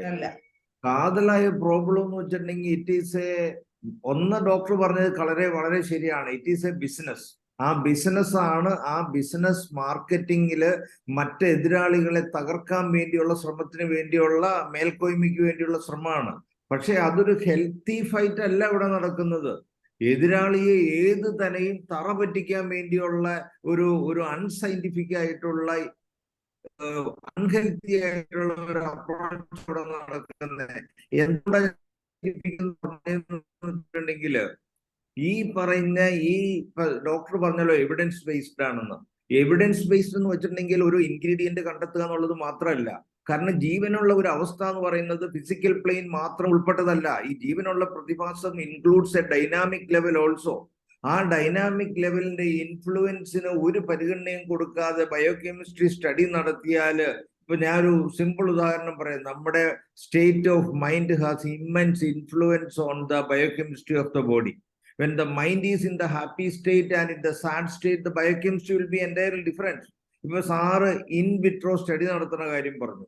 ആ ഇൻ വിട്രോ സ്റ്റഡി ലാബിൽ നടത്തുന്നതിൽ ഈ മൈൻഡിന്റെ ഇൻവോൾവ്മെന്റ് ഒന്നും വരുന്നില്ല. അപ്പൊ ആ മൈൻഡിന് ഒരു ഇൻവോൾവ്മെന്റും ഇൻഫ്ലുവൻസും പരിഗണിക്കാതെ ജസ്റ്റ് ഇൻ വിട്രോ ബയോകെമിസ്ട്രി നടത്തിയിട്ട് അതുപോലെ എല്ലാവരും എന്നോന്ന് വെച്ചിട്ടുണ്ടെങ്കിൽ it is not at all the truth, the ultimate truth. That is not even scientific. അപ്പൊ ആ ഒരു സയൻസ് ആവണം, എല്ലാവരും ഇത് അംഗീകരിച്ചോളൂ എന്ന് വെച്ചിട്ടുണ്ടെങ്കിൽ അതിനപ്പുറമുള്ള സയൻസും അവരുടെ ലെവലിലോട്ട് താഴണമെന്ന് വെച്ചാൽ അതെങ്ങനെ ശരിയാവും സാർ? അപ്പൊ ഇവിടെയാണ് അതിന്റെ ഒരു വലിയ ഒരു പോരായ്മ ഉള്ളത്. അപ്പൊ അതുകൊണ്ട് തന്നെ നമ്മള് ഈ ഒരു മേൽക്കോയ്മ അൺനാച്ചുറൽ, അൺഹെൽത്തി ആൻഡ് അൺസയന്റിഫിക് ആയിട്ട് പോകുന്നതിനെ ആഗോളതലത്തിൽ പ്രതിരോധിക്കാൻ റെഡിയാവുന്നുണ്ട്. ഇപ്പൊ ഇന്റർനാഷണലി നോക്കുവാണെങ്കിൽ ഈ ഹെൽത്ത് മിനിസ്ട്രിക്ക് പാരലായിട്ട് ഹോളിസ്റ്റിക് സയൻസസ് ഉൾപ്പെട്ട ഒരു മെഡിക്കൽ സിസ്റ്റത്തിന്റെ ഒരു മിനിസ്ട്രി ലോകത്തുള്ളത് ഇന്ത്യയിൽ മാത്രമേ ഉള്ളൂ. ആ ഇന്ത്യയുടെ മേലെ ലോക മേൽക്കോയ്മ അവർ അടിച്ചേൽപ്പിക്കുകയാണ്. ഇപ്പൊ നമ്മളിപ്പോ ഈ പറയുന്ന ഈ മോഡേൺ മെഡിസിൻ എന്ന് വിളിക്കുന്ന സയൻസ് വന്നിട്ട് എത്ര കൊല്ലമായി സാർ? 110 കൊല്ലമായുള്ളൂ. അതായത് 1910 എബ്രാഹം ഫ്ലെക്സ്നർ എന്ന് പറഞ്ഞ ഒരു 10ാം ക്ലാസ് അധ്യാപകനെ ഏകാംഗ കമ്മീഷനായിട്ട് കാർണിജി ഫൗണ്ടേഷനും റോക്കി ഫില്ലർ ഫൗണ്ടേഷനും കൂടെ പൈസ കൊടുത്ത് ശമ്പളക്കാരനായിട്ട് നിയമിച്ച് ഫ്ലെക്സ്നർ റിപ്പോർട്ട് ഉണ്ടാക്കി. അതിൻ്റെ അകത്ത് biochemical medicine should be the scientific medicine എന്ന് എഴുതി ചേർപ്പിച്ചാണ് ഈ ബയോകെമിസ്ട്രി സ്റ്റാൻഡർഡൈസ് ചെയ്ത് അമേരിക്കയെ കൊണ്ടുവന്നത്. 1 ലോകമഹായുദ്ധവും 2 ലോകമഹായുദ്ധവും കഴിഞ്ഞ് അവർക്ക് മേൽക്കോയ്മ വന്നപ്പോൾ റോക്കി ഫില്ലർ ആണ് ഈ വേൾഡ് ഹെൽത്ത് ഓർഗനൈസേഷൻ സ്ഥാപിച്ചത്. അവര് കൊണ്ടുവന്ന ആ റിപ്പോർട്ട് സ്റ്റാൻഡർഡൈസ് ചെയ്ത് ലോകത്ത് മൊത്തം ഇംപ്ലിമെന്റ് ചെയ്ത് they became the dominating factors in the world. അപ്പൊ ഈ biochemistry medicine should be the scientific medicine അവരെ അമേരിക്കയിൽ എസ്റ്റാബ്ലിഷ് ചെയ്ത് കഴിഞ്ഞപ്പോൾ ഞങ്ങൾ ഇന്ന് പഠിക്കുന്ന ഒത്തിരി പുസ്തകങ്ങൾ അമേരിക്കൻ ഹോമിയോപ്പതി ഡോക്ടേഴ്സ് 1910 മുമ്പ് എഴുതിയതാ. ഈ 1910 ഫ്ലെക്സറിനെ കൊണ്ട് റിപ്പോർട്ട് എഴുതിപ്പിച്ചത്. അതിനുശേഷം ഹോമിയോ മെഡിസിനിൽ ബയോകെമിസ്ട്രി കണ്ടെത്താൻ പറ്റണില്ല എന്ന് അവര് നിശ്ചയിച്ച സ്റ്റാൻഡേർഡിന്റെ പുറത്ത് അവർ തീരുമാനിച്ച അതുവരെ വളരെ ഡോമിനന്റ് ആയിരുന്ന 5000-3000 ബെഡഡ് ഹോസ്പിറ്റൽ ഉണ്ടായിരുന്ന അമേരിക്കയിൽ പ്രഗത്ഭരായ ഹോമിയോപ്പതി ഡോക്ടർമാരും MD കോഴ്സും യൂണിവേഴ്സിറ്റി തലത്തിലുണ്ടായിരുന്ന അമേരിക്കയിൽ അതെല്ലാം നിയമം മൂലം നിരോധിച്ച് അത് ഇല്ലീഗലാക്കി മാറ്റി. ഇന്നും അത് തുടരുവാണ്.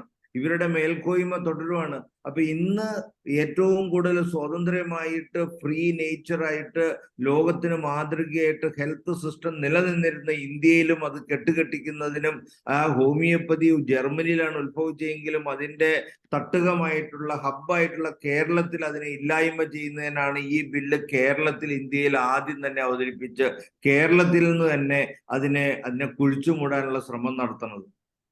അപ്പൊ ഇത് നമ്മള് ഈ പറഞ്ഞ സ്റ്റാൻഡർഡൈസേഷൻ കൊണ്ട് തീരുന്ന പ്രശ്നമല്ല. ആ സ്റ്റാൻഡർഡൈസേഷൻ തന്നെ ഇല്ലീഗലാണെന്നും അൺസയന്റിഫിക് ആണെന്നും ഞാൻ പറയും.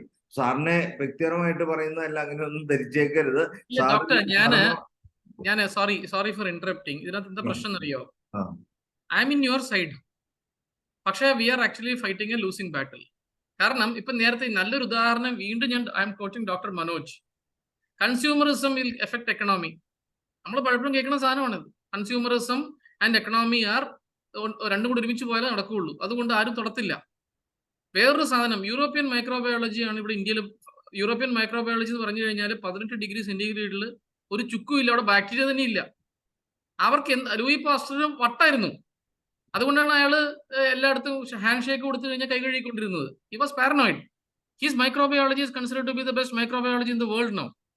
ഇവിടെ ഇപ്പൊ we will be having infectious quantities of microbes in all parts of your body. Infectious quantities of pathogenic bacteria.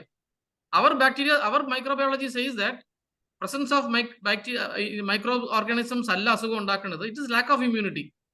Now, how do you idu njan QSAT-il poyittu njan samsarichu. Adutha varsham thottu avarenne vilichilla samsarikkan.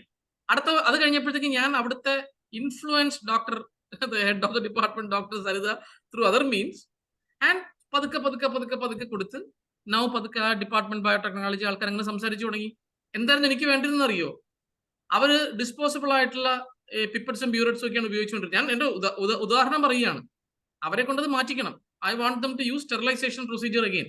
കാരണം എല്ലാ ദിവസവും ആയിരക്കണക്കിന് disposable pipettes ആണ് കത്തിക്കാൻ പോണത്. എന്റെ objective അതാണ്.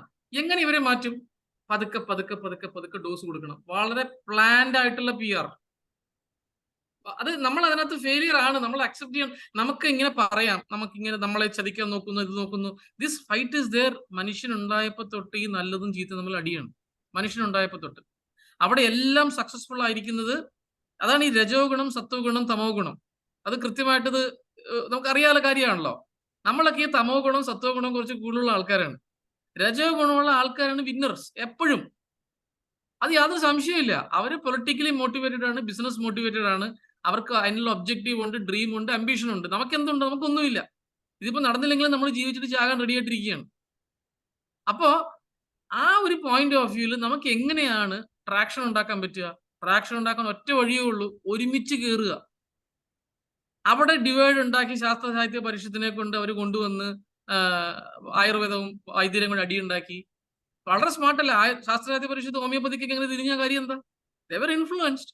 തിരിച്ച് ശാസ്ത്ര സാഹിത്യ പരിഷത്തിനെ ഇൻഫ്ലുവൻസ് ചെയ്യാൻ നമുക്ക് എന്ത് ചെയ്യാൻ പറ്റി? ഒരു ഡിസിഷൻ ഫാക്ടർ ആണല്ലോ ശാസ്ത്ര സാഹിത്യ പരിഷത്ത് കേരളത്തിൽ. എന്ത് പറഞ്ഞാലും ശരി, ഞാൻ അതിന്റെ ഭാഗമാണ്. അവിടെ പോയിട്ട് ഞാൻ ഹോമിയോപ്പതിക്ക് ആയുർവേദത്തിന് വേണ്ടി സംസാരിക്കുന്ന ആളാണ് ഞാൻ. വളരെ സയന്റിഫിക് ആയിട്ട് ഒരു അക്ഷരം മിണ്ടാറില്ല എനിക്ക് അഗെയിൻസ്റ്റ് ആയിട്ട്. പക്ഷെ ആളില്ല. അങ്ങനെ ഒരു സിസ്റ്റം ഹോമിയോപ്പതി അസോസിയേഷൻ ഉണ്ടാക്കിയിട്ടില്ല, ആയുർവേദം ഉണ്ടാക്കിയിട്ടില്ല. അവിടെ പ്രസന്റ് ചെയ്യണം പേപ്പേഴ്സിന്റെ ലിസ്റ്റ് ഓഫ് പേപ്പേഴ്സ് പ്രസന്റ് ചെയ്യണം. എത്ര പേപ്പേഴ്സ് ഇന്റർനാഷണൽ പബ്ലിക്കേഷൻസ് ഉണ്ട്? ഇതേ വഴിയുള്ളൂ. നമുക്ക് പറയാം we can be as A victim. Okay, നമുക്ക് പറഞ്ഞുകൊണ്ടിരിക്കാം. ഞാനും അങ്ങനെ ആയിരുന്നു. അത് ഞാൻ ഈ എൻവറോൺമെന്റൽ പ്രൊട്ടക്ഷനിൽ വന്നപ്പോഴത്തേക്ക് ആരും ഒന്നും ചെയ്യാനില്ല.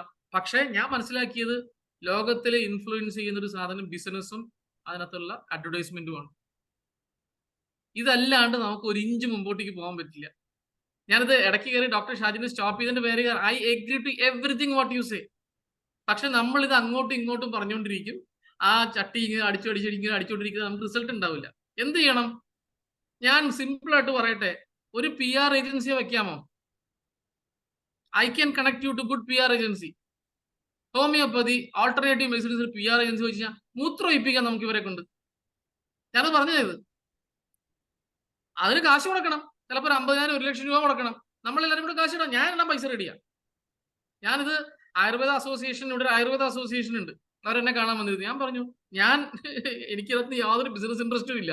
പക്ഷെ ഞാൻ ഇടാൻ പൈസ റെഡിയാണ്. കാരണം what doctor Shaji told is very right. അവര് നമ്മളെ തിന്നും ഒരു ദിവസം. അത്രയ്ക്കും സ്മാർട്ടാണ് അവര് സ്മാർട്ടാണ്. Please understand that they are very smart. We are not smart. അത് അക്സെപ്റ്റ് ചെയ്യുക. അപ്പൊ എന്ത് ചെയ്യണം? നമുക്ക് കുറച്ച് സ്മാർട്ട്നെസ് ഉണ്ടല്ലോ, ആ സ്മാർട്ട്നെസ് എല്ലാം കൂടി ഒരുമിച്ച് കൊണ്ടുവരിക. എന്നിട്ട് നമ്മൾ ആക്ട് ചെയ്യുക. അത് ഓവർ ആക്ഷൻ ആവാൻ പാടില്ല. ഫോർ എക്സാമ്പിൾ, ഞാനൊരു PR ഏജൻസി എന്റെ ബിസിനസിന് വേണ്ടി വെച്ചിട്ടുണ്ട്. അയാളോട് ആദ്യം പറഞ്ഞാണ്, ഞാൻ പറഞ്ഞു ഞാൻ കുറെ സ്റ്റോറീസ് ഉണ്ടാക്കാം. ഞാൻ പറഞ്ഞു ആദ്യം ചെയ്യേണ്ടത് ഞാൻ പറയുമ്പോൾ മാത്രമേ വാതുറക്കാവുള്ളൂ. നമുക്ക് അറിഞ്ഞൂടാ. We don't know how to play the game. അപ്പൊ ഞാൻ എന്ത് ചെയ്തു? ഞാൻ കുറെ വീഡിയോ ഒക്കെ ഉണ്ടാക്കി അയച്ചു കൊടുത്ത് പറഞ്ഞു മിണ്ടിപ്പോരുത്, ഞാൻ പറയും എന്താ ചെയ്യേണ്ടത്, അപ്പം മാത്രം സംസാരിച്ച്. കറക്റ്റ് ആണ്. കാരണം overdose also is a problem. So if we are willing to do a marketing, I am ready. തമ്പിച്ചേട്ടനൊക്കെ ഉണ്ടല്ലോ മാർക്കറ്റിംഗിന്റെ ഉസ്താദുക്കളാണ് ഇതിനകത്ത്. അപ്പൊ നമുക്ക് മാർക്കറ്റ് ചെയ്യണം, ഹോമിയോപ്പതിനെ മാർക്കറ്റ് ചെയ്യണം. അതിന്റെ കൂട്ടത്തിൽ ആയുർവേദത്തിന്റെ ആൾക്കാരെ കൂട്ടണം. How do you influence dum? How can we co exist? ഇപ്പൊ ഒരു ഇന്റഗ്രേറ്റഡ് മെഡിസിൻ ഇപ്പൊ അങ്ങനെ വന്നിട്ടില്ല. 1-2 ഹോസ്പിറ്റൽ ഇന്റഗ്രേറ്റഡ് ആയിട്ടുള്ള ഹോമിയോപ്പതി ആയുർവേദം ഒക്കെ ഉള്ള സ്ഥലത്ത് അങ്ങനെ വന്നിട്ടുണ്ടെന്ന് എനിക്ക് തോന്നണേ. ഇതിനൊരു സിസ്റ്റം ഉണ്ടാക്കണം നമ്മൾ. ഒരു പേഷ്യന്റ് വന്നു കഴിഞ്ഞാൽ how do we take that patient, into which direction that person should go, then we will coexist. അതിനകത്ത് വൈദ്യനും ഉണ്ടാവണം. We should create a force which nobody can stop. Absolutely right. That is the thing needed. I think all the listeners should understand this point. And ഇവിടെയാണ് നമ്മൾ ഒരു unity form ചെയ്യേണ്ടത്. ഇതിനാണ് നമ്മൾ ശ്രമിക്കുക. IOPH എന്ന് പറഞ്ഞ സംഘടന തന്നെ ഈ ഒരു ഒറ്റ ഉദ്ദേശത്തിന് വേണ്ടി ഉള്ളതാണ്. അപ്പൊ അതുകൊണ്ട് തന്നെയാണ് നമ്മളിപ്പോ ഇതിന്റെ അകത്ത് ഈ ഒരു ചിന്താധാരയിലോട്ട് യോജിക്കാൻ സന്മനസ്സുള്ള എല്ലാവരെയും കൂട്ടി യോജിപ്പിക്കുക എന്നുള്ള വിശാലമായ വളരെ ബ്രോഡായിട്ടുള്ള ഒരു കാഴ്ചപ്പാടും ഒരു സമീപനം IOPH സ്വീകരിച്ചിരിക്കുന്നത്. അതുകൊണ്ട് തന്നെ IOPH ഡോക്ടർമാരെ അവിടെ ശ്രമിക്കുന്നുണ്ട്. അപ്പൊ ഈ ഡിവൈഡ് ആൻഡ് റൂൾ എന്നുള്ളതിന്റെ വലിയ ഒരു വിക്ടിംസ് ആണ് നമ്മളത് വീണ്ടും പറയേണ്ടി വരുന്നത്. അപ്പൊ അവിടെയാണ് നമുക്ക് ഓവർകം ചെയ്യേണ്ടത്. അവിടെയാണ് നമ്മുടെ കൂടെ കൂടാൻ റെഡി ആയിട്ടുള്ള എല്ലാവരെയും കൂട്ടി യോജിപ്പിച്ചുകൊണ്ട് നമ്മളെ എതിർക്കുന്ന ശക്തിയെ തോൽപ്പിക്കേണ്ട മാനസാന്നിധ്യവും ഒരുമയും നമ്മൾ കണ്ടെച്ചാൽ സ്മാർട്ട്നെസ് വളരെ ഇമ്പോർട്ടന്റ് ആണ് ഡോക്ടർ. അതൊക്കെ ബാക്കിയെല്ലാം പോയിക്കോട്ടെ, മനസാന്നിധ്യമൊക്കെ. Smartness, we should be smart, street smart. ഞാനത് അനുഭവിച്ച് മനസ്സിലാക്കിയത്. ഞാൻ ഒരു 5 വർഷം NGO ആയിട്ട് നടന്ന ആളാണ്. എൻവറോൺമെന്റ് നന്നാക്കാൻ ഒരു ചുക്കും ചെയ്യാൻ പറ്റിയിട്ടില്ല. ഞാൻ ബിസിനസ് സ്റ്റാർട്ട് ചെയ്തു. I am doing excellent job. This is what this world is. മറ്റേ ചങ്ക് തുറന്ന് കാണിച്ചാൽ ചെമ്പരത്തി എന്ന് പറയുന്ന ലോകത്തിനോട് ചങ്ക് തുറന്ന് കാണിച്ച കാര്യമൊന്നുമില്ല. ചെമ്പരത്തി ഒട്ടിച്ചു വെക്കണം ഇവിടെ നെഞ്ചത്ത്, എന്നിട്ട് ചങ്കാണെന്ന് പറയണം, അപ്പൊ അവർ വിശ്വസിക്കും. Let us give the dogs bones, let them eat. അപ്പൊ അവിടെ നമ്മൾ ഒത്തും ഡൈല്യൂട്ട് ചെയ്യാൻ പാടില്ല. ഒരു പോയിന്റ്, എന്തോ ഒരു സാധനം എനിക്ക് വന്നത്, അയ്യോ ഞാൻ അത് വിട്ടുപോയി. Okay, I just tell that later.